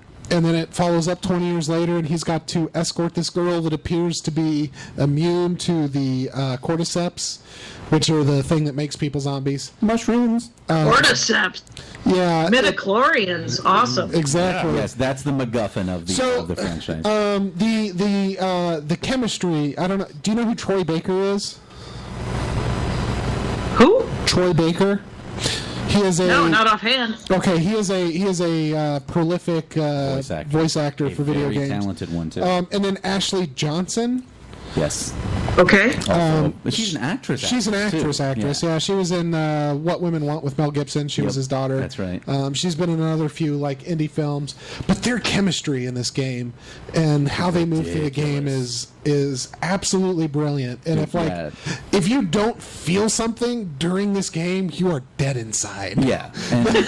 And Jackie, it's you like might be a zombie. Yes. On the PS3 now. I mean, you really, really got to play it. Yeah, I hate telling people that this is a zombie apocalypse game because it's gotten stale, but it's not like that. It's not like Black Ops Zombies, in Call of Duty. It's like. Do you know have you ever heard of the book The Road? Yeah.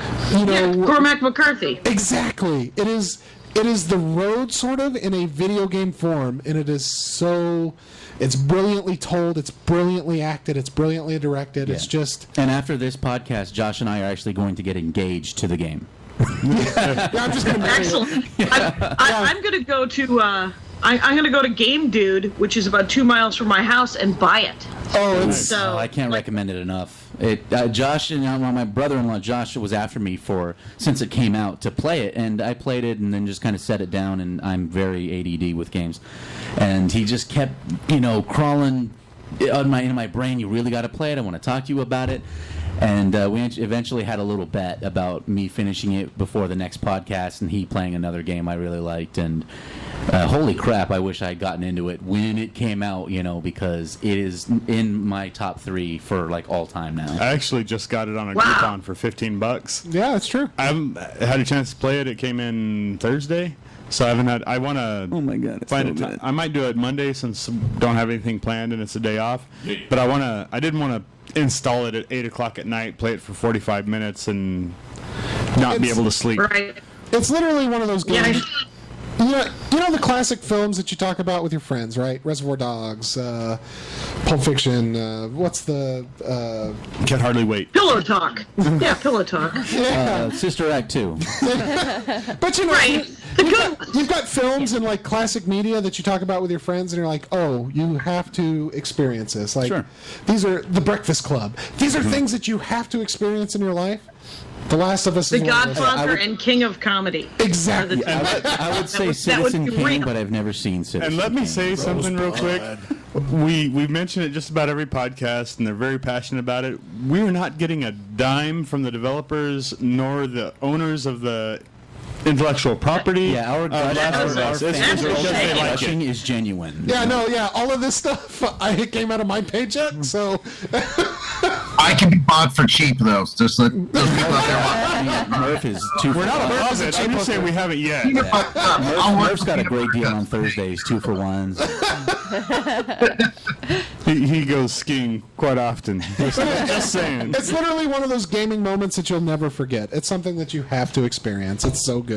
So, Okay, don't blow it out of proportion. I'm just going to go buy a video game, right? It's all right. chill the fuck out, nerd. I'll come back. Just take a step back. I'm not saying that my life will not be changed. I expect it to be changed. But I'm going to say, actually, I know me and my boss were talking. If we go into a movie expecting, like, we're both looking really forward to The Martian with Matt Damon. Oh, yeah. But we're both afraid that we're going to go in with too high expectations and get disappointed. Right. So that being Right. said, The Last of Us is just okay. Check it out. okay, that's what I'll do then. And Yeah, you it's guys worth should a totally rental, see yeah. Fury Road. Okay. Because Cool. I'm watching it right now. They talk about the big issues, and then they eat a bug, you guys. It's awesome. Nice. It's, Awesome. there's only like that about time I went to 15 Ethiopia. lines in the whole movie. Very I had a cool. bug one time for lunch money, but whatever. Okay, so getting back into geek culture and everything, we've talked about Gamergate and The Last of Us, which is, I could talk about Last of Us for the next 2 hours. Yeah, Really? Me too. Wow, that's shocking. I know. Go figure. Yeah. In geek culture, we all have these like icons, like The Last of Us, that we hold on to and we remember. Super Metroid. But like there are these things like TV shows that we want to see come back in a bad way, right? We're dying to see segue, something. Shut Not up! a segue if you say segue, damn it! You cannot call it out. So. As we move to the next segment. So we all have these things that we want to see come back in our lives, right? So we've got these movies, these TV shows, these games that we want to see make a resurrection. I'm curious as to what TV shows you would like to see make a comeback.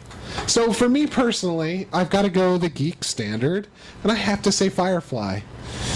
Yeah, I'm with you. One of the most We would not be a geek culture podcast if you did not say that. just one of the most abused television Yes. shows And let's of all time. pretend I loved Serenity, but let's pretend that part of the Yeah, let's story pretend Serenity never didn't happened. Yeah, let's see the middle part, the part that he Yes. didn't get to make. So then he had to make Serenity to show us who the Reavers were. Yeah. Exactly. Serenity was kind of a middle finger too. So. Yeah, it was. Yeah, he was.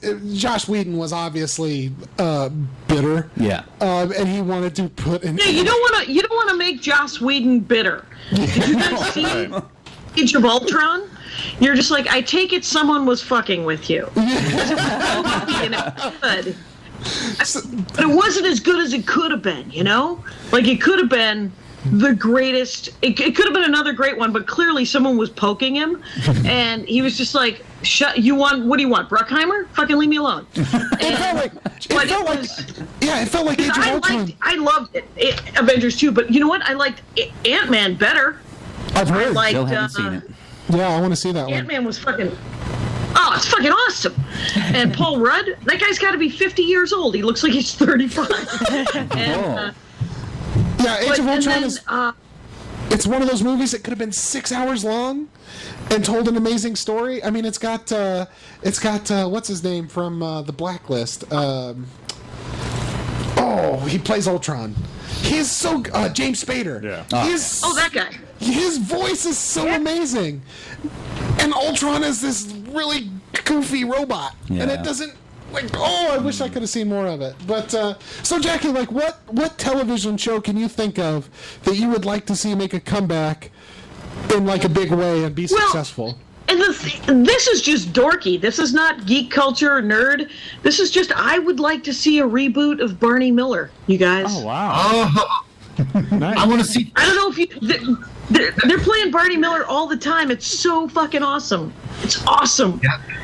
I'm watching it they have it on regular TV because I don't have cable. I just have like Hulu and Netflix and Amazon and HBO Go and whatever. That's what I do. From various family members.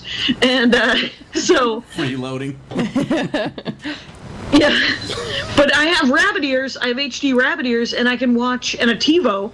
So I record all the Barney Millers, and I watch them all, and they're amazing. And those are like 7 of the most normal-looking dudes you've ever seen in your life. And they would redo it, and they would probably make everybody super good-looking. But it would. I mean, I think it'd be great. Oh, sorry. It happens. So, what is... Okay, I'm sorry, I don't know what Barney Miller's about. What is Barney Miller? Oh, you It's young. a half-hour sitcom. It's just a half-hour sitcom with Hal Linden, and it's a cop. It's a New York police station, and the entire show takes place in the room with the jail, with the cage, kind of like Andy Griffith. Okay. But if like they never left, if they never left, and it's from like 1976 to 1980, and the first 4 seasons are gold, man.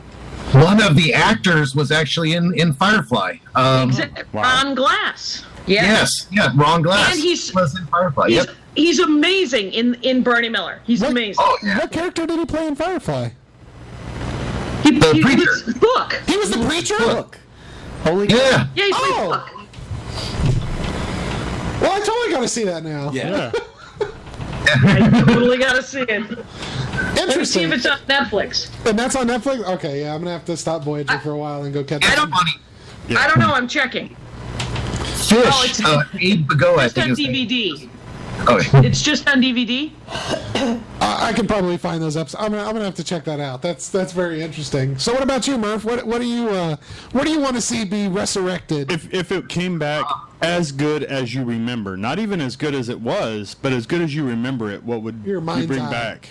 There would be 2, but the one, please don't laugh, but when I was a kid, and that's probably a little bit before your time here, but I used to watch the Croft Superstars, and I would love to see the original Land of the Lost come back as a serious show. Okay. That had a huge impact on me when I was a kid. I don't know if a lot of you know, but at the time that was made, they tried to push the limits of writing. A lot of the writers for that show actually wrote for the original Star Trek TV series. Holy cow. D.C. Fontana, Harlan Ellison, the actor that played Chekhov. He. Point taken. What is that, Jackie? It's a picture of TV.com where you can watch 56 episodes of Barney Miller. Alrighty. Very nice. But And yeah, I Land hated of the Lost. I would love Land of the Lost. I hated the movie. That was a joke. That was horrible. And I hated the series they came out with in the 90s. It was horrible. I want a serious version of Land of the Lost. So that would be awesome. I remember watching then- Land of the Lost. Yep. And then I would like to see Robotech make an actual comeback. I was looking forward to Robotech 2, The Sentinels, and yeah, it's just never made a good comeback, but I love that cartoon. I would love to see new modern Robotech. There you go. Very cool. So, Ryan, what would you like to see come back? Oh goodness. There's a whole lot that would that jumps to my mind immediately that's already been done because Hollywood's on a rinse cycle or some kind of recycling circuit, and They better not remake Back to the Future. I'm just saying I will boycott Hollywood. unless Zemeckis himself. No, I will boycott Hollywood. Just saying. Okay, but go on. But nothing from the 80s is sacred, man. They'll grab anything they can. They But better not grab Back to the Future.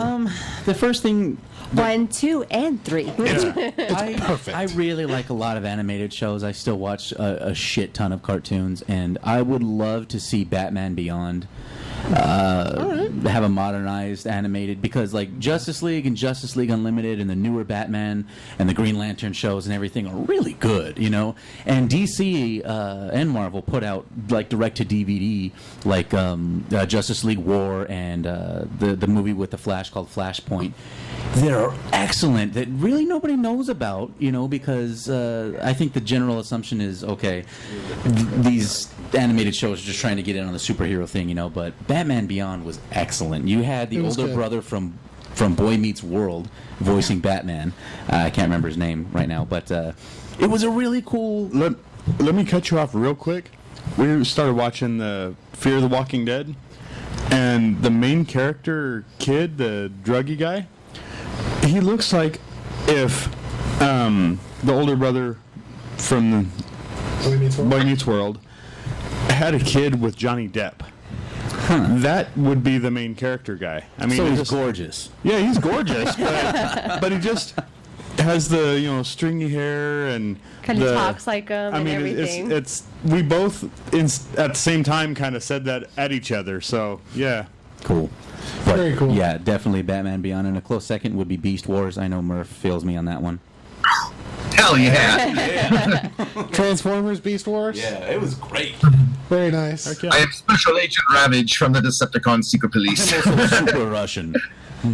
Yeah, I know. Ravage had a Russian accent. I loved it when they brought him back. Awesome. He was a badass looking freaking panther. Anyways. So, Helen, yeah. what grabs your passion? What would you like to see come back? And Okay, why? so it was a British comedy that I really loved. Such a good show. Such a good show. No, it was It Crowd. Yeah. Or IT Crowd. I love that show, and I would love for it to come back. Not an Americanized version. No, I love British comedies. The So. Office. Yeah, it Yeah, was The such Big a Bang good show. Theory, not good. Yeah. Right? I kind of like the Big Bang Theory. Yeah, I like it too. But it's the Americanized version of the It Crowd. Right. Kind of, yeah. Oh yeah, I guess No, it is. It's a remake of it. Okay. totally. They optioned it, yeah. Okay.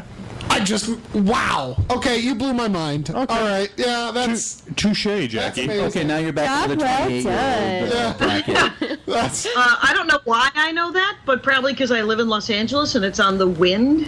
But I did You like, get I the like inside It Crowd a lot scoop. better. I see how it is. Van Nuys, California, right? Van Nuys, California, right here in Los Angeles. Home of Birthplace of the Camaro. Hey, when you mentioned Game Dude, I'm originally from Burbank. Is that Game Dude in North Hollywood, Van Nuys? Yep. I used to go there years ago. I didn't even know it was Holy still cow. in business. Oh, TikTok, they are doomed. They are doomed, but I believe them to still be open. So, Oh, wow. That's cool. I used to go there. I picked up Resident Evil 2 when that first came out from there. I used to get Genesis games. I got, oh my God. Wow, I didn't even know they were still around. Huh. Man, I hate it. my when- husband worked at Sega Genesis right at the end. He made something called Floygan Brothers. I played Flogan Brothers. Oh, wow. Oh yeah, that was his. Very I played That- it with Game Informer. The magazine Game Informer has a podcast, Yes. and Yeah. they recorded out of Minneapolis, right above my home comedy club, and they were like, "Hey, do you want to come upstairs and do a podcast with us and play a video game?" And they're like, "What game do you want to play?" And I was like, "Do you have Floygan Brothers?" They said, "We do have Floygan Brothers," and so we played Floygan Brothers. To complete this circle of craziness, my sister lives in Minneapolis. Oh yeah. And I listen to the Game Informer podcast every week, so It's Okay. a small world, after all. very And I cool. drive a car too, so I'm Wow. really just ties it all together. Oh man. So John, what great thing of the small screen do you want to see return? Okay, 100% number one would be Jericho. I fell in love with that show and was Alright. crushed that it was only I have no idea. what that 3/4 of a season. Jericho it was is awesome. It's on it was Netflix. atomic bombs were dropped in America, or at least we're led to believe. I still not 100% positive that they really happened. Well, that's a fresh concept. But Jericho is a small town in Kansas, and it's this safe haven that is exact location to where none of the nuclear fallout is hitting it. Okay, cool. And It has Redwood, I believe, is the name of the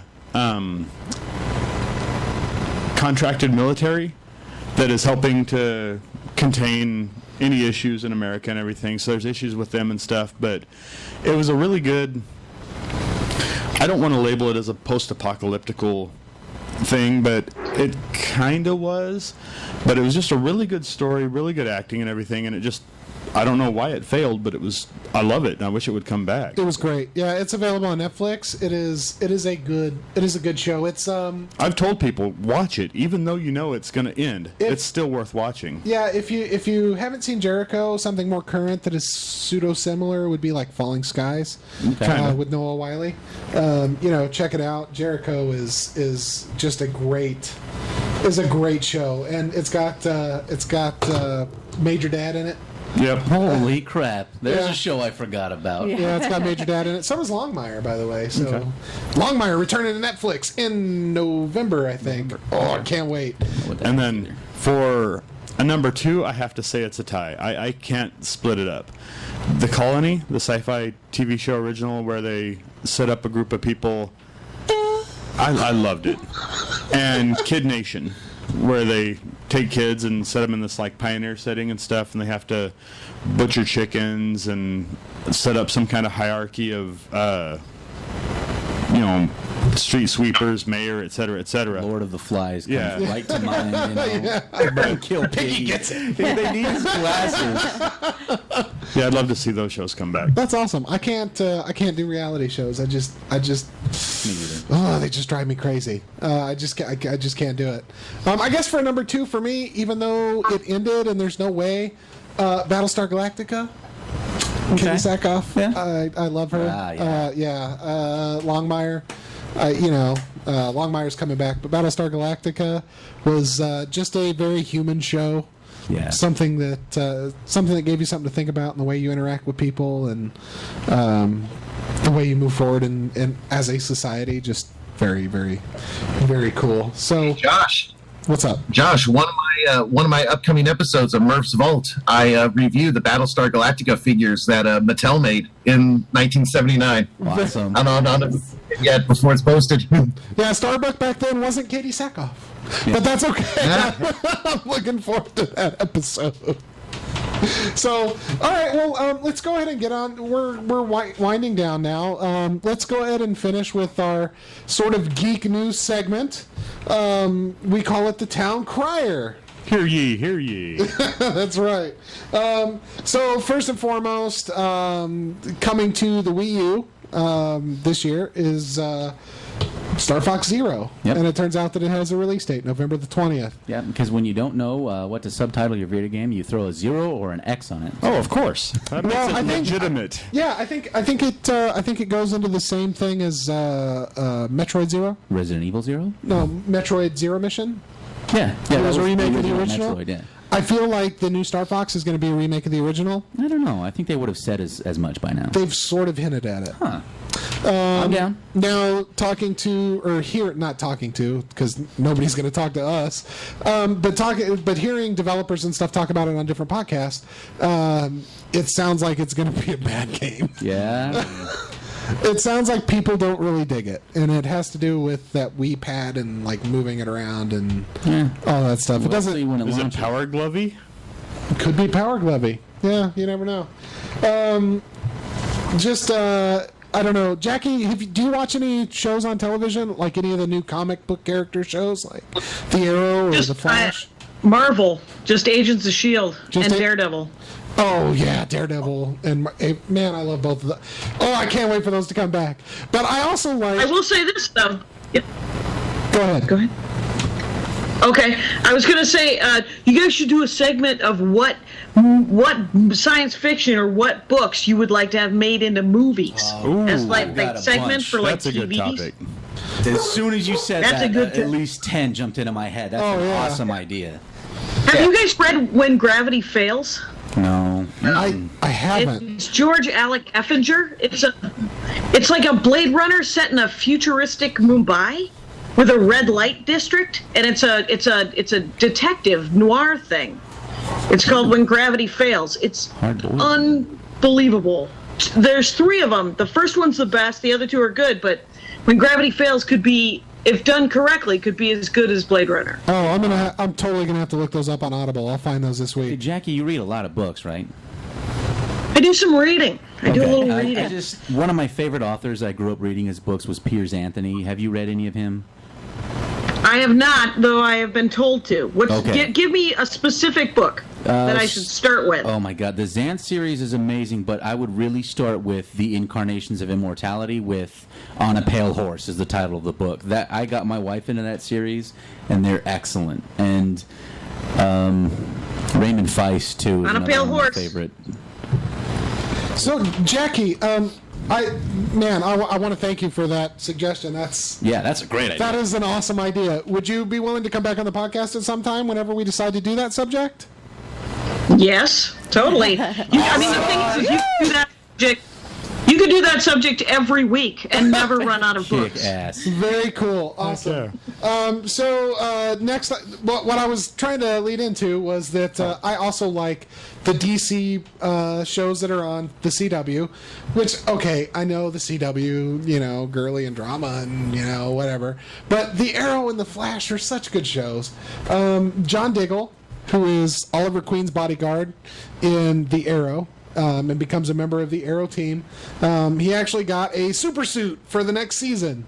We don't know what character he's actually going to be playing, if it's going to be something new or something from the comic series, but he did get a super suit. So now, Felicity Smoke is the only character from the show that doesn't have a super suit yet. Oh, wow. So yeah, I'm really looking forward to that one. As I mentioned earlier, Metal Gear Solid 5, really good game. I have my caveats with it. A lot of outlets are rating it a perfect 10. Well, wow. Wow. Yeah. It would take take something for me to give a perfect 10. Well, That's I sort think of a my lot thought. of it might have to do with this being Kojima's probably final touch on the franchise. I mean, we had a bad falling out with Konami, and I'm sure that the sentiment plays a big part of it. Yeah, I mean, the 1,000-yard stare when characters are talking to you, immediately. Well, like a Bethesda game? But that's different. You're not meant to speak in a Bethesda game. Snake has always had a voice in a Metal Gear Solid game. That 1,000-yard stare that you lose. Has any review you've read mentioned his silence at all? They mention it, but they don't care. Oh, okay. And for me, it's really awkward. Yeah. So Snake's never been a chatty Cathy, but he's always talked. He has been. He gets in on the radio on the radio, and he talks to the people on the thing, and you talk codec. back and forth to get intelligence. And I believe the original one, that was half of the game was you using your little wrist connection device with your boss or whatever. But you would lose a point just for that on me. But so I think it's interesting that they gave Metal Gear Solid a 10. I don't think that it's any kind of conspiracy thing. I don't think Konami paid anybody or was encouraging anybody to make that kind of a score. I just think it's interesting. Yeah. And I think people are having a little bit of the rose-colored glasses with, man, this has been going on for 28 years. This is it. I also don't believe that anything in life is a perfect 10. So I agree with you. I think the game has got some major flaws. I think that with video game magazines and sites, the score of 5 out of 5 or 10 out of 10 should come or be explained as this is as good as I could have expected, or I couldn't have made a better game. There's no perfection. There's nothing wrong with this game at all. No, in anything in the world, not just video games. I mean, like our boss evaluates us. He's like, there's no way I'm giving out a 1 or a 10. You're somewhere in the middle. You're not perfect, and you're not the worst. Yeah, I don't mind being a C student.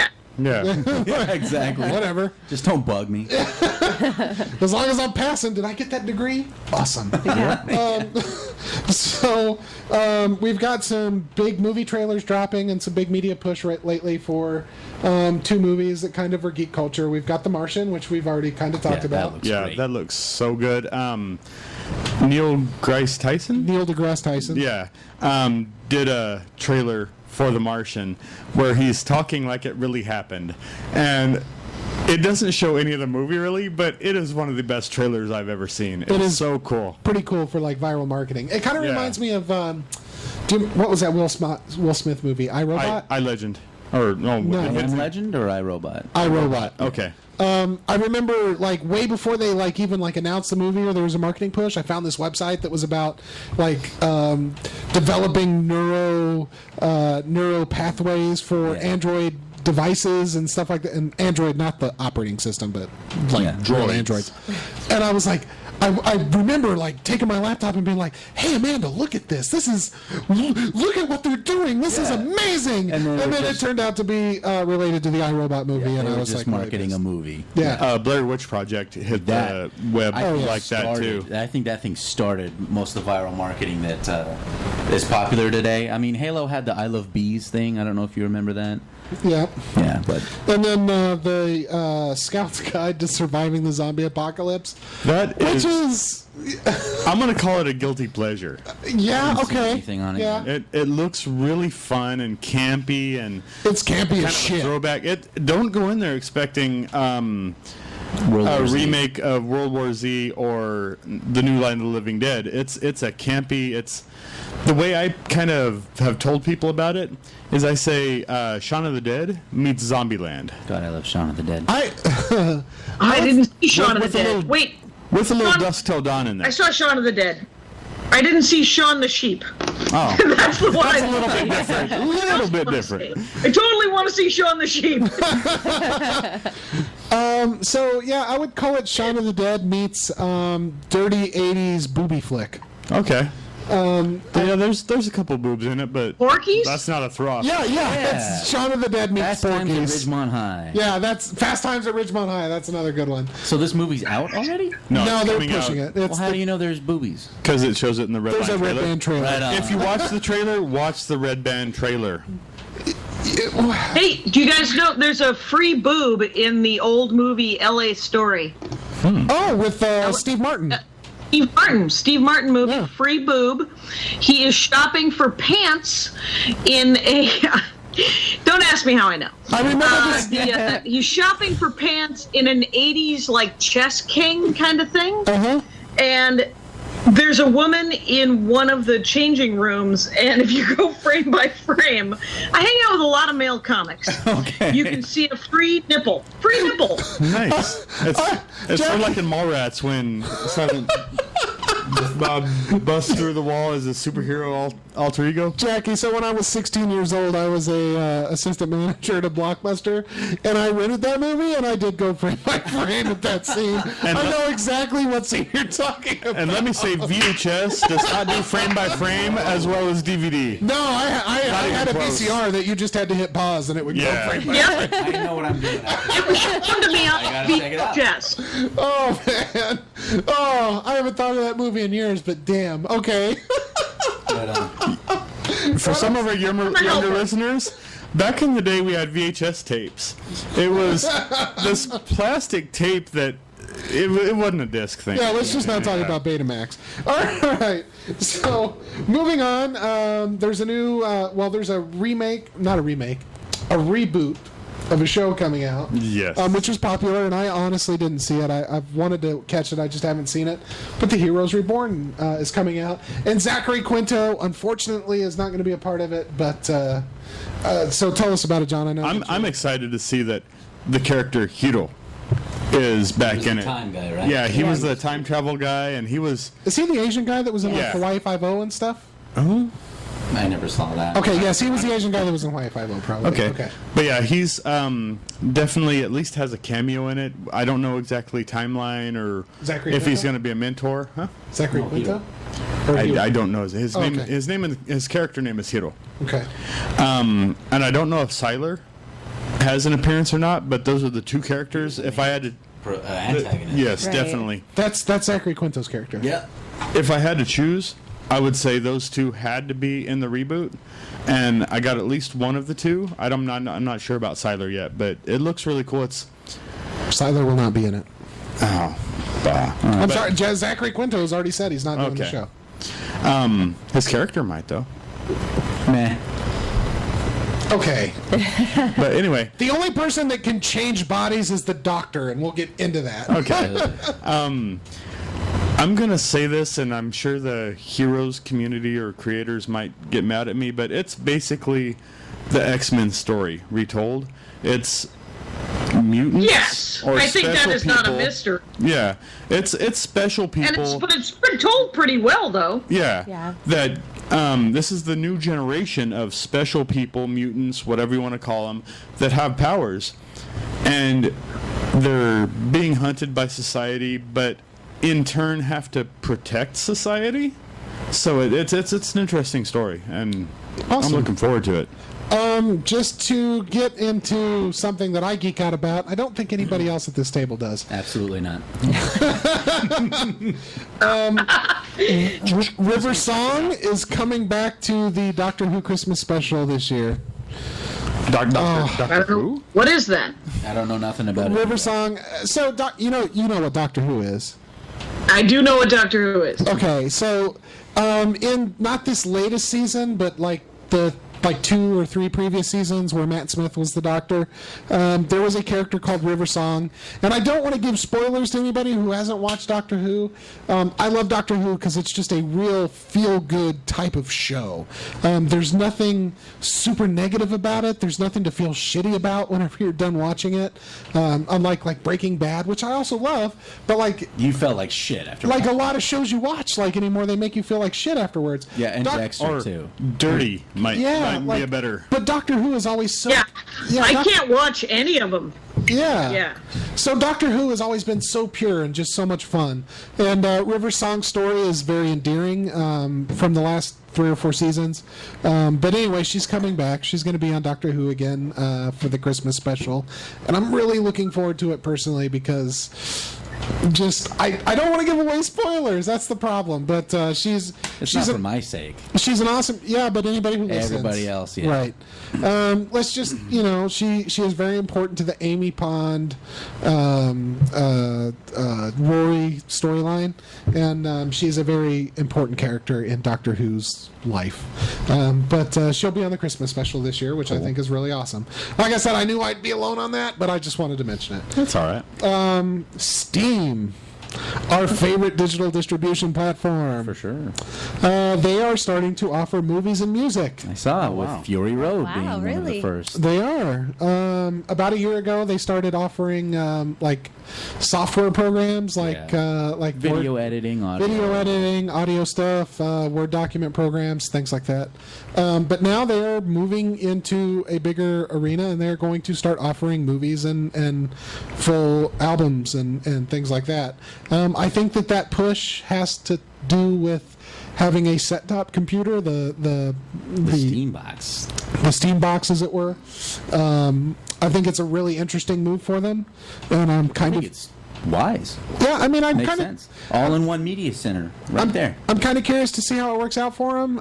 Right now, the Steam list isn't separated by like genre or what it is, so you have this one list of games that you bought when they were $1 or $2 on a Steam sale, and then you have to like scroll for movies. Like so, I'm sure the Steam platform will evolve over the next 6 months or 8 months, especially as the Steam boxes start to come out. But I'm interested to see how that goes. I think it's pretty cool. I don't think it will transition me from buying digital content via Amazon, like I bought Jackie Kashian's comedy albums.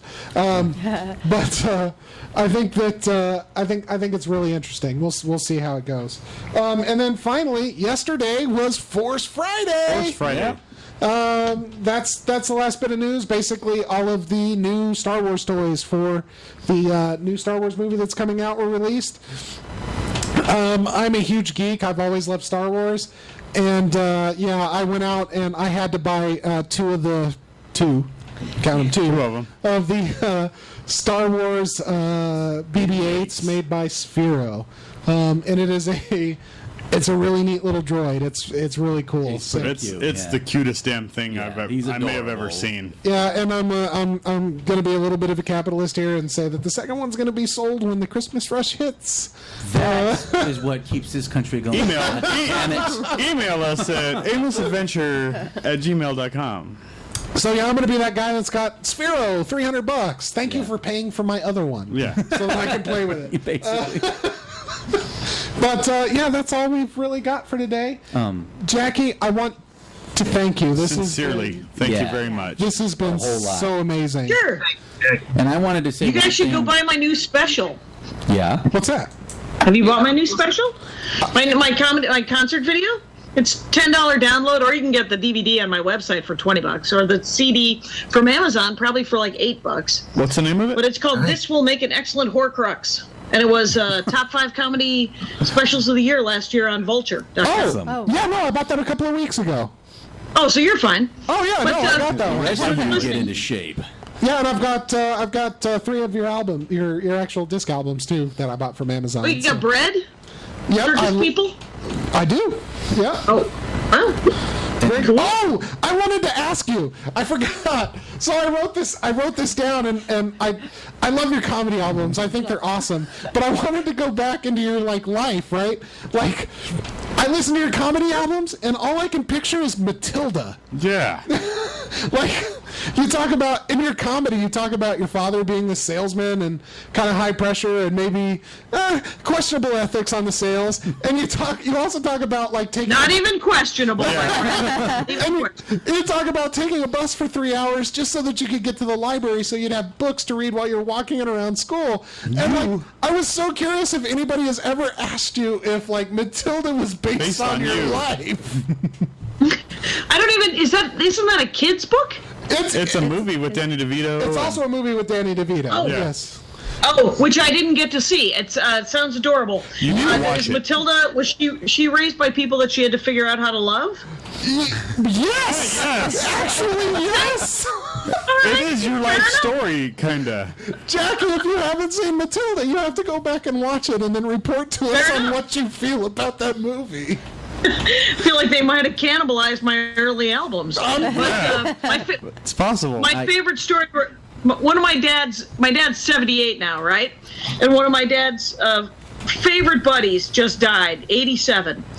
Not a career cut tragically short, Bob Stimick. Yeah. But my dad loved this guy, and he loved every story about Bob Stimick.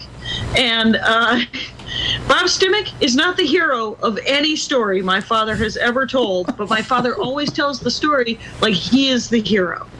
And one of the last stories he told me about him was that Bob Stimick married his ex-wife. They got divorced 30 years ago. He married that woman, Bob Stimick, and his ex-wife got married when she was on her deathbed so that he could inherit all of her money. Wow. And kids furious. And my dad was like, "Isn't that great?" And I was like, No, that wasn't great, Dad. No. But here, and then I said to my dad, I said, "Well, how's Bob Stimick's health?" And my dad goes, "Well, he's got 1 foot on a banana peel and 1 foot in a grave." And I said, "Have you ever thought about marrying Bob Stimick, Dad, for his money?" And you would think a guy who has slept with every available woman, whether he was married or not, for the last 50 years, that he would not be offended when I would imply that he was a homosexual. Wow.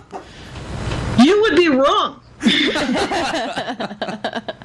Oh my, that's awesome. No, that's hilarious. Before we wrap this up, Helen has to tell you what her favorite segment that you've done is.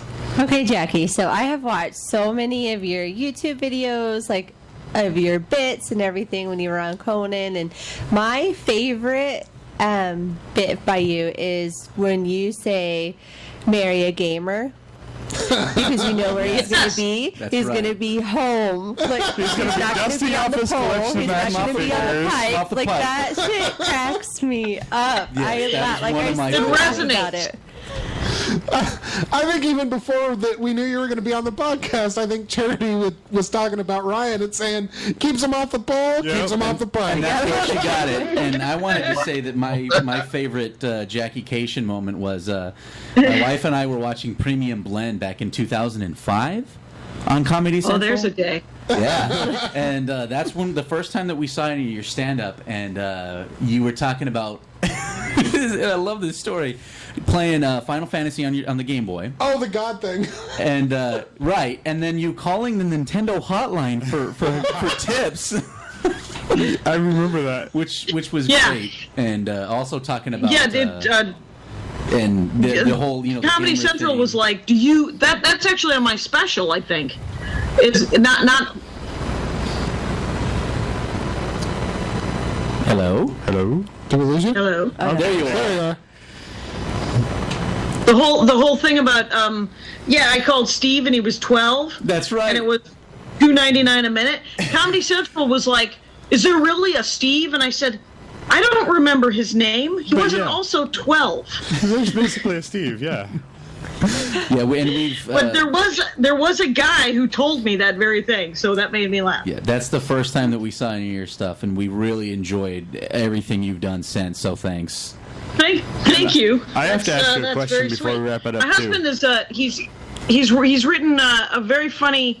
He's a funny guy because gamers are very funny. But he said to me the other day, sometimes when you're in a relationship for a long time with somebody, you can kind of lose the mystery of that person. And I just want you to know that I was just looking at you and thinking to myself, what the hell is she doing? That's great. I still got it, you guys. I still got it. I have a question for you before we end up, and I'm sure that our listeners are listening on bated breath ears. I'm not sure how it works with that end of it, but do you still have in your possession that 89 323? I think he's talking the about the 80? Mazda that you owned. Oh, the 89. Oh, Yeah. no, I have moved on two cars. My dad was like, "You can still do that joke, though." Yeah, And I was like, that's a shame. no, it isn't. No, it wasn't. My husband was like, "You have to get rid of that death trap." This is before we got married. He said, "You have to get rid of that death trap. Here's $4,000." And I was like, Jesus. And I bought a 2003 Toyota Corolla, you guys. I have one! Right. Yeah. Nice. That was one of our first new cars. Does it start in park? That's my question. We put 280,000 It does not. miles on that bastard. Oh, that was such a good car. Such a good car. I just recently, 4 months ago, bought a 2013 Hyundai, which I don't like very much. It's the bad year for Hyundais. You should go to carcomplaints.com and pick your car. See what year was. That's the only year anybody complained about the Hyundai Elantra. Not making any money, but working in the industry I've worked in for about 11, 12 years now. Buy a Toyota. Yeah, go back to the Toyota or a Scion. They seem to be the most reliable vehicle on the road. Again, not making a dime. Yeah. True. I personally like horsepower, so I drive a 2010 Camaro. Oh, yeah, you can have with that. horsepower. I drive what I can afford, so. Yeah. But Jackie, no, seriously, thank you. Yes. I don't even understand why you agreed to be on our podcast. But Yeah, it's crazy. it's been such an I think honor. someone As it turns emailed out, me. you're kind of funny. So Don't say kind of funny. That's a competing podcast. Yeah. But your podcast, Dork Forest, I love it. I think I've listened to 30 episodes of it so far. My favorite, I love the Janine Garofalo episode, and I really like when you talk to Aisha Tyler because Tyler's really cool. Oh, that was a great episode. she's brilliant. The Greg Groups. Oh, I love that episode whenever your regular phone rings and you're like, oh, I always remember to turn off my cell phone, but I forget to deactivate my landline. And you walk over there and she goes, who was it? Oh, it was the American Cancer Society. Oh, they'll live. Ouch. Wow. just crack me up. Anyway, but again, thank you so much. I hope you can be back on again. Yeah, we look forward to talking. We're definitely going to talk about books and Yes. movies. It would be great to have you again. So yeah, let us know. Yeah. Let us know when you'd like to be back on because this has just been amazing and such an honor for us. And Nice to meet all you guys. nice to meet Nice to you. meet Good to see you, you. Jackie. After 15 years or so of semi-contact. Yeah, and loving everything she does. Yeah. But anyway, that's it for the Aimless Adventure podcast tonight. Again, thank you, Jackie. Thanks, Murph, for calling in. Thank you all around this table. This is one of the most fulfilling things I've ever done in my life.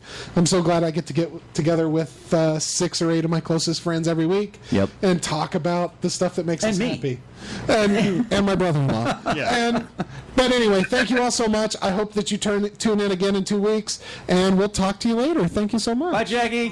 Thank you, Jackie. Quest accepted. Now let's take a little trip. Listen along as 5 nerds spit. E3 Comic-Con, the forest of indoor, talking about tech, sports, and so much more. We'll suplex your mind with our random topics. Pull up a chair and get your geek fix. No cheat code needed, just stay unseated. Pretty soon this epic quest will be completed. Our casts are full of passion and emotion. Pop the top on our 12-ounce mana potion. If I know one thing, I know it for sure.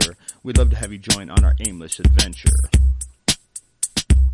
Press and play is like pushing the start button, saying what we feel, now there ain't no frontin'. If you've ever been embarrassed about what you like, rest assured we'll talk about it on the mic. Wax and geek speak as we sip from our flagon, thinking about Daenerys, the queen of dragons. Before we open the chest to see the treasures within, call up the thieves to check traps for the win. Any negativity trying to increase aggro, I ain't worried about it, I'll make the saving throw. Anytime we gain a fan, it touches my heartbeat. It's like Coolidge Kid 1. Join the party. It's dope as shit seeing our plans unfurled. What are we doing tonight? Taking over the world. Started in a garage like Eddie Vedder. Yeah, I saw the movie, but the book was better. I know by now your interest is peaking. We got a +2, Micah speaking. Talking about the league's leading scorers. Also our deaths in the tomb of horrors. Tell a friend if you like our show, y'all. Poker listeners gotta catch 'em all. Geekzilla. Or a little nerdling. In our cast, everyone will find something that they can relate to or even laugh about. So hit us up on Facebook and give us a shout. I guess what I'm saying is you're not alone. So pull up a speaker and make yourself at home.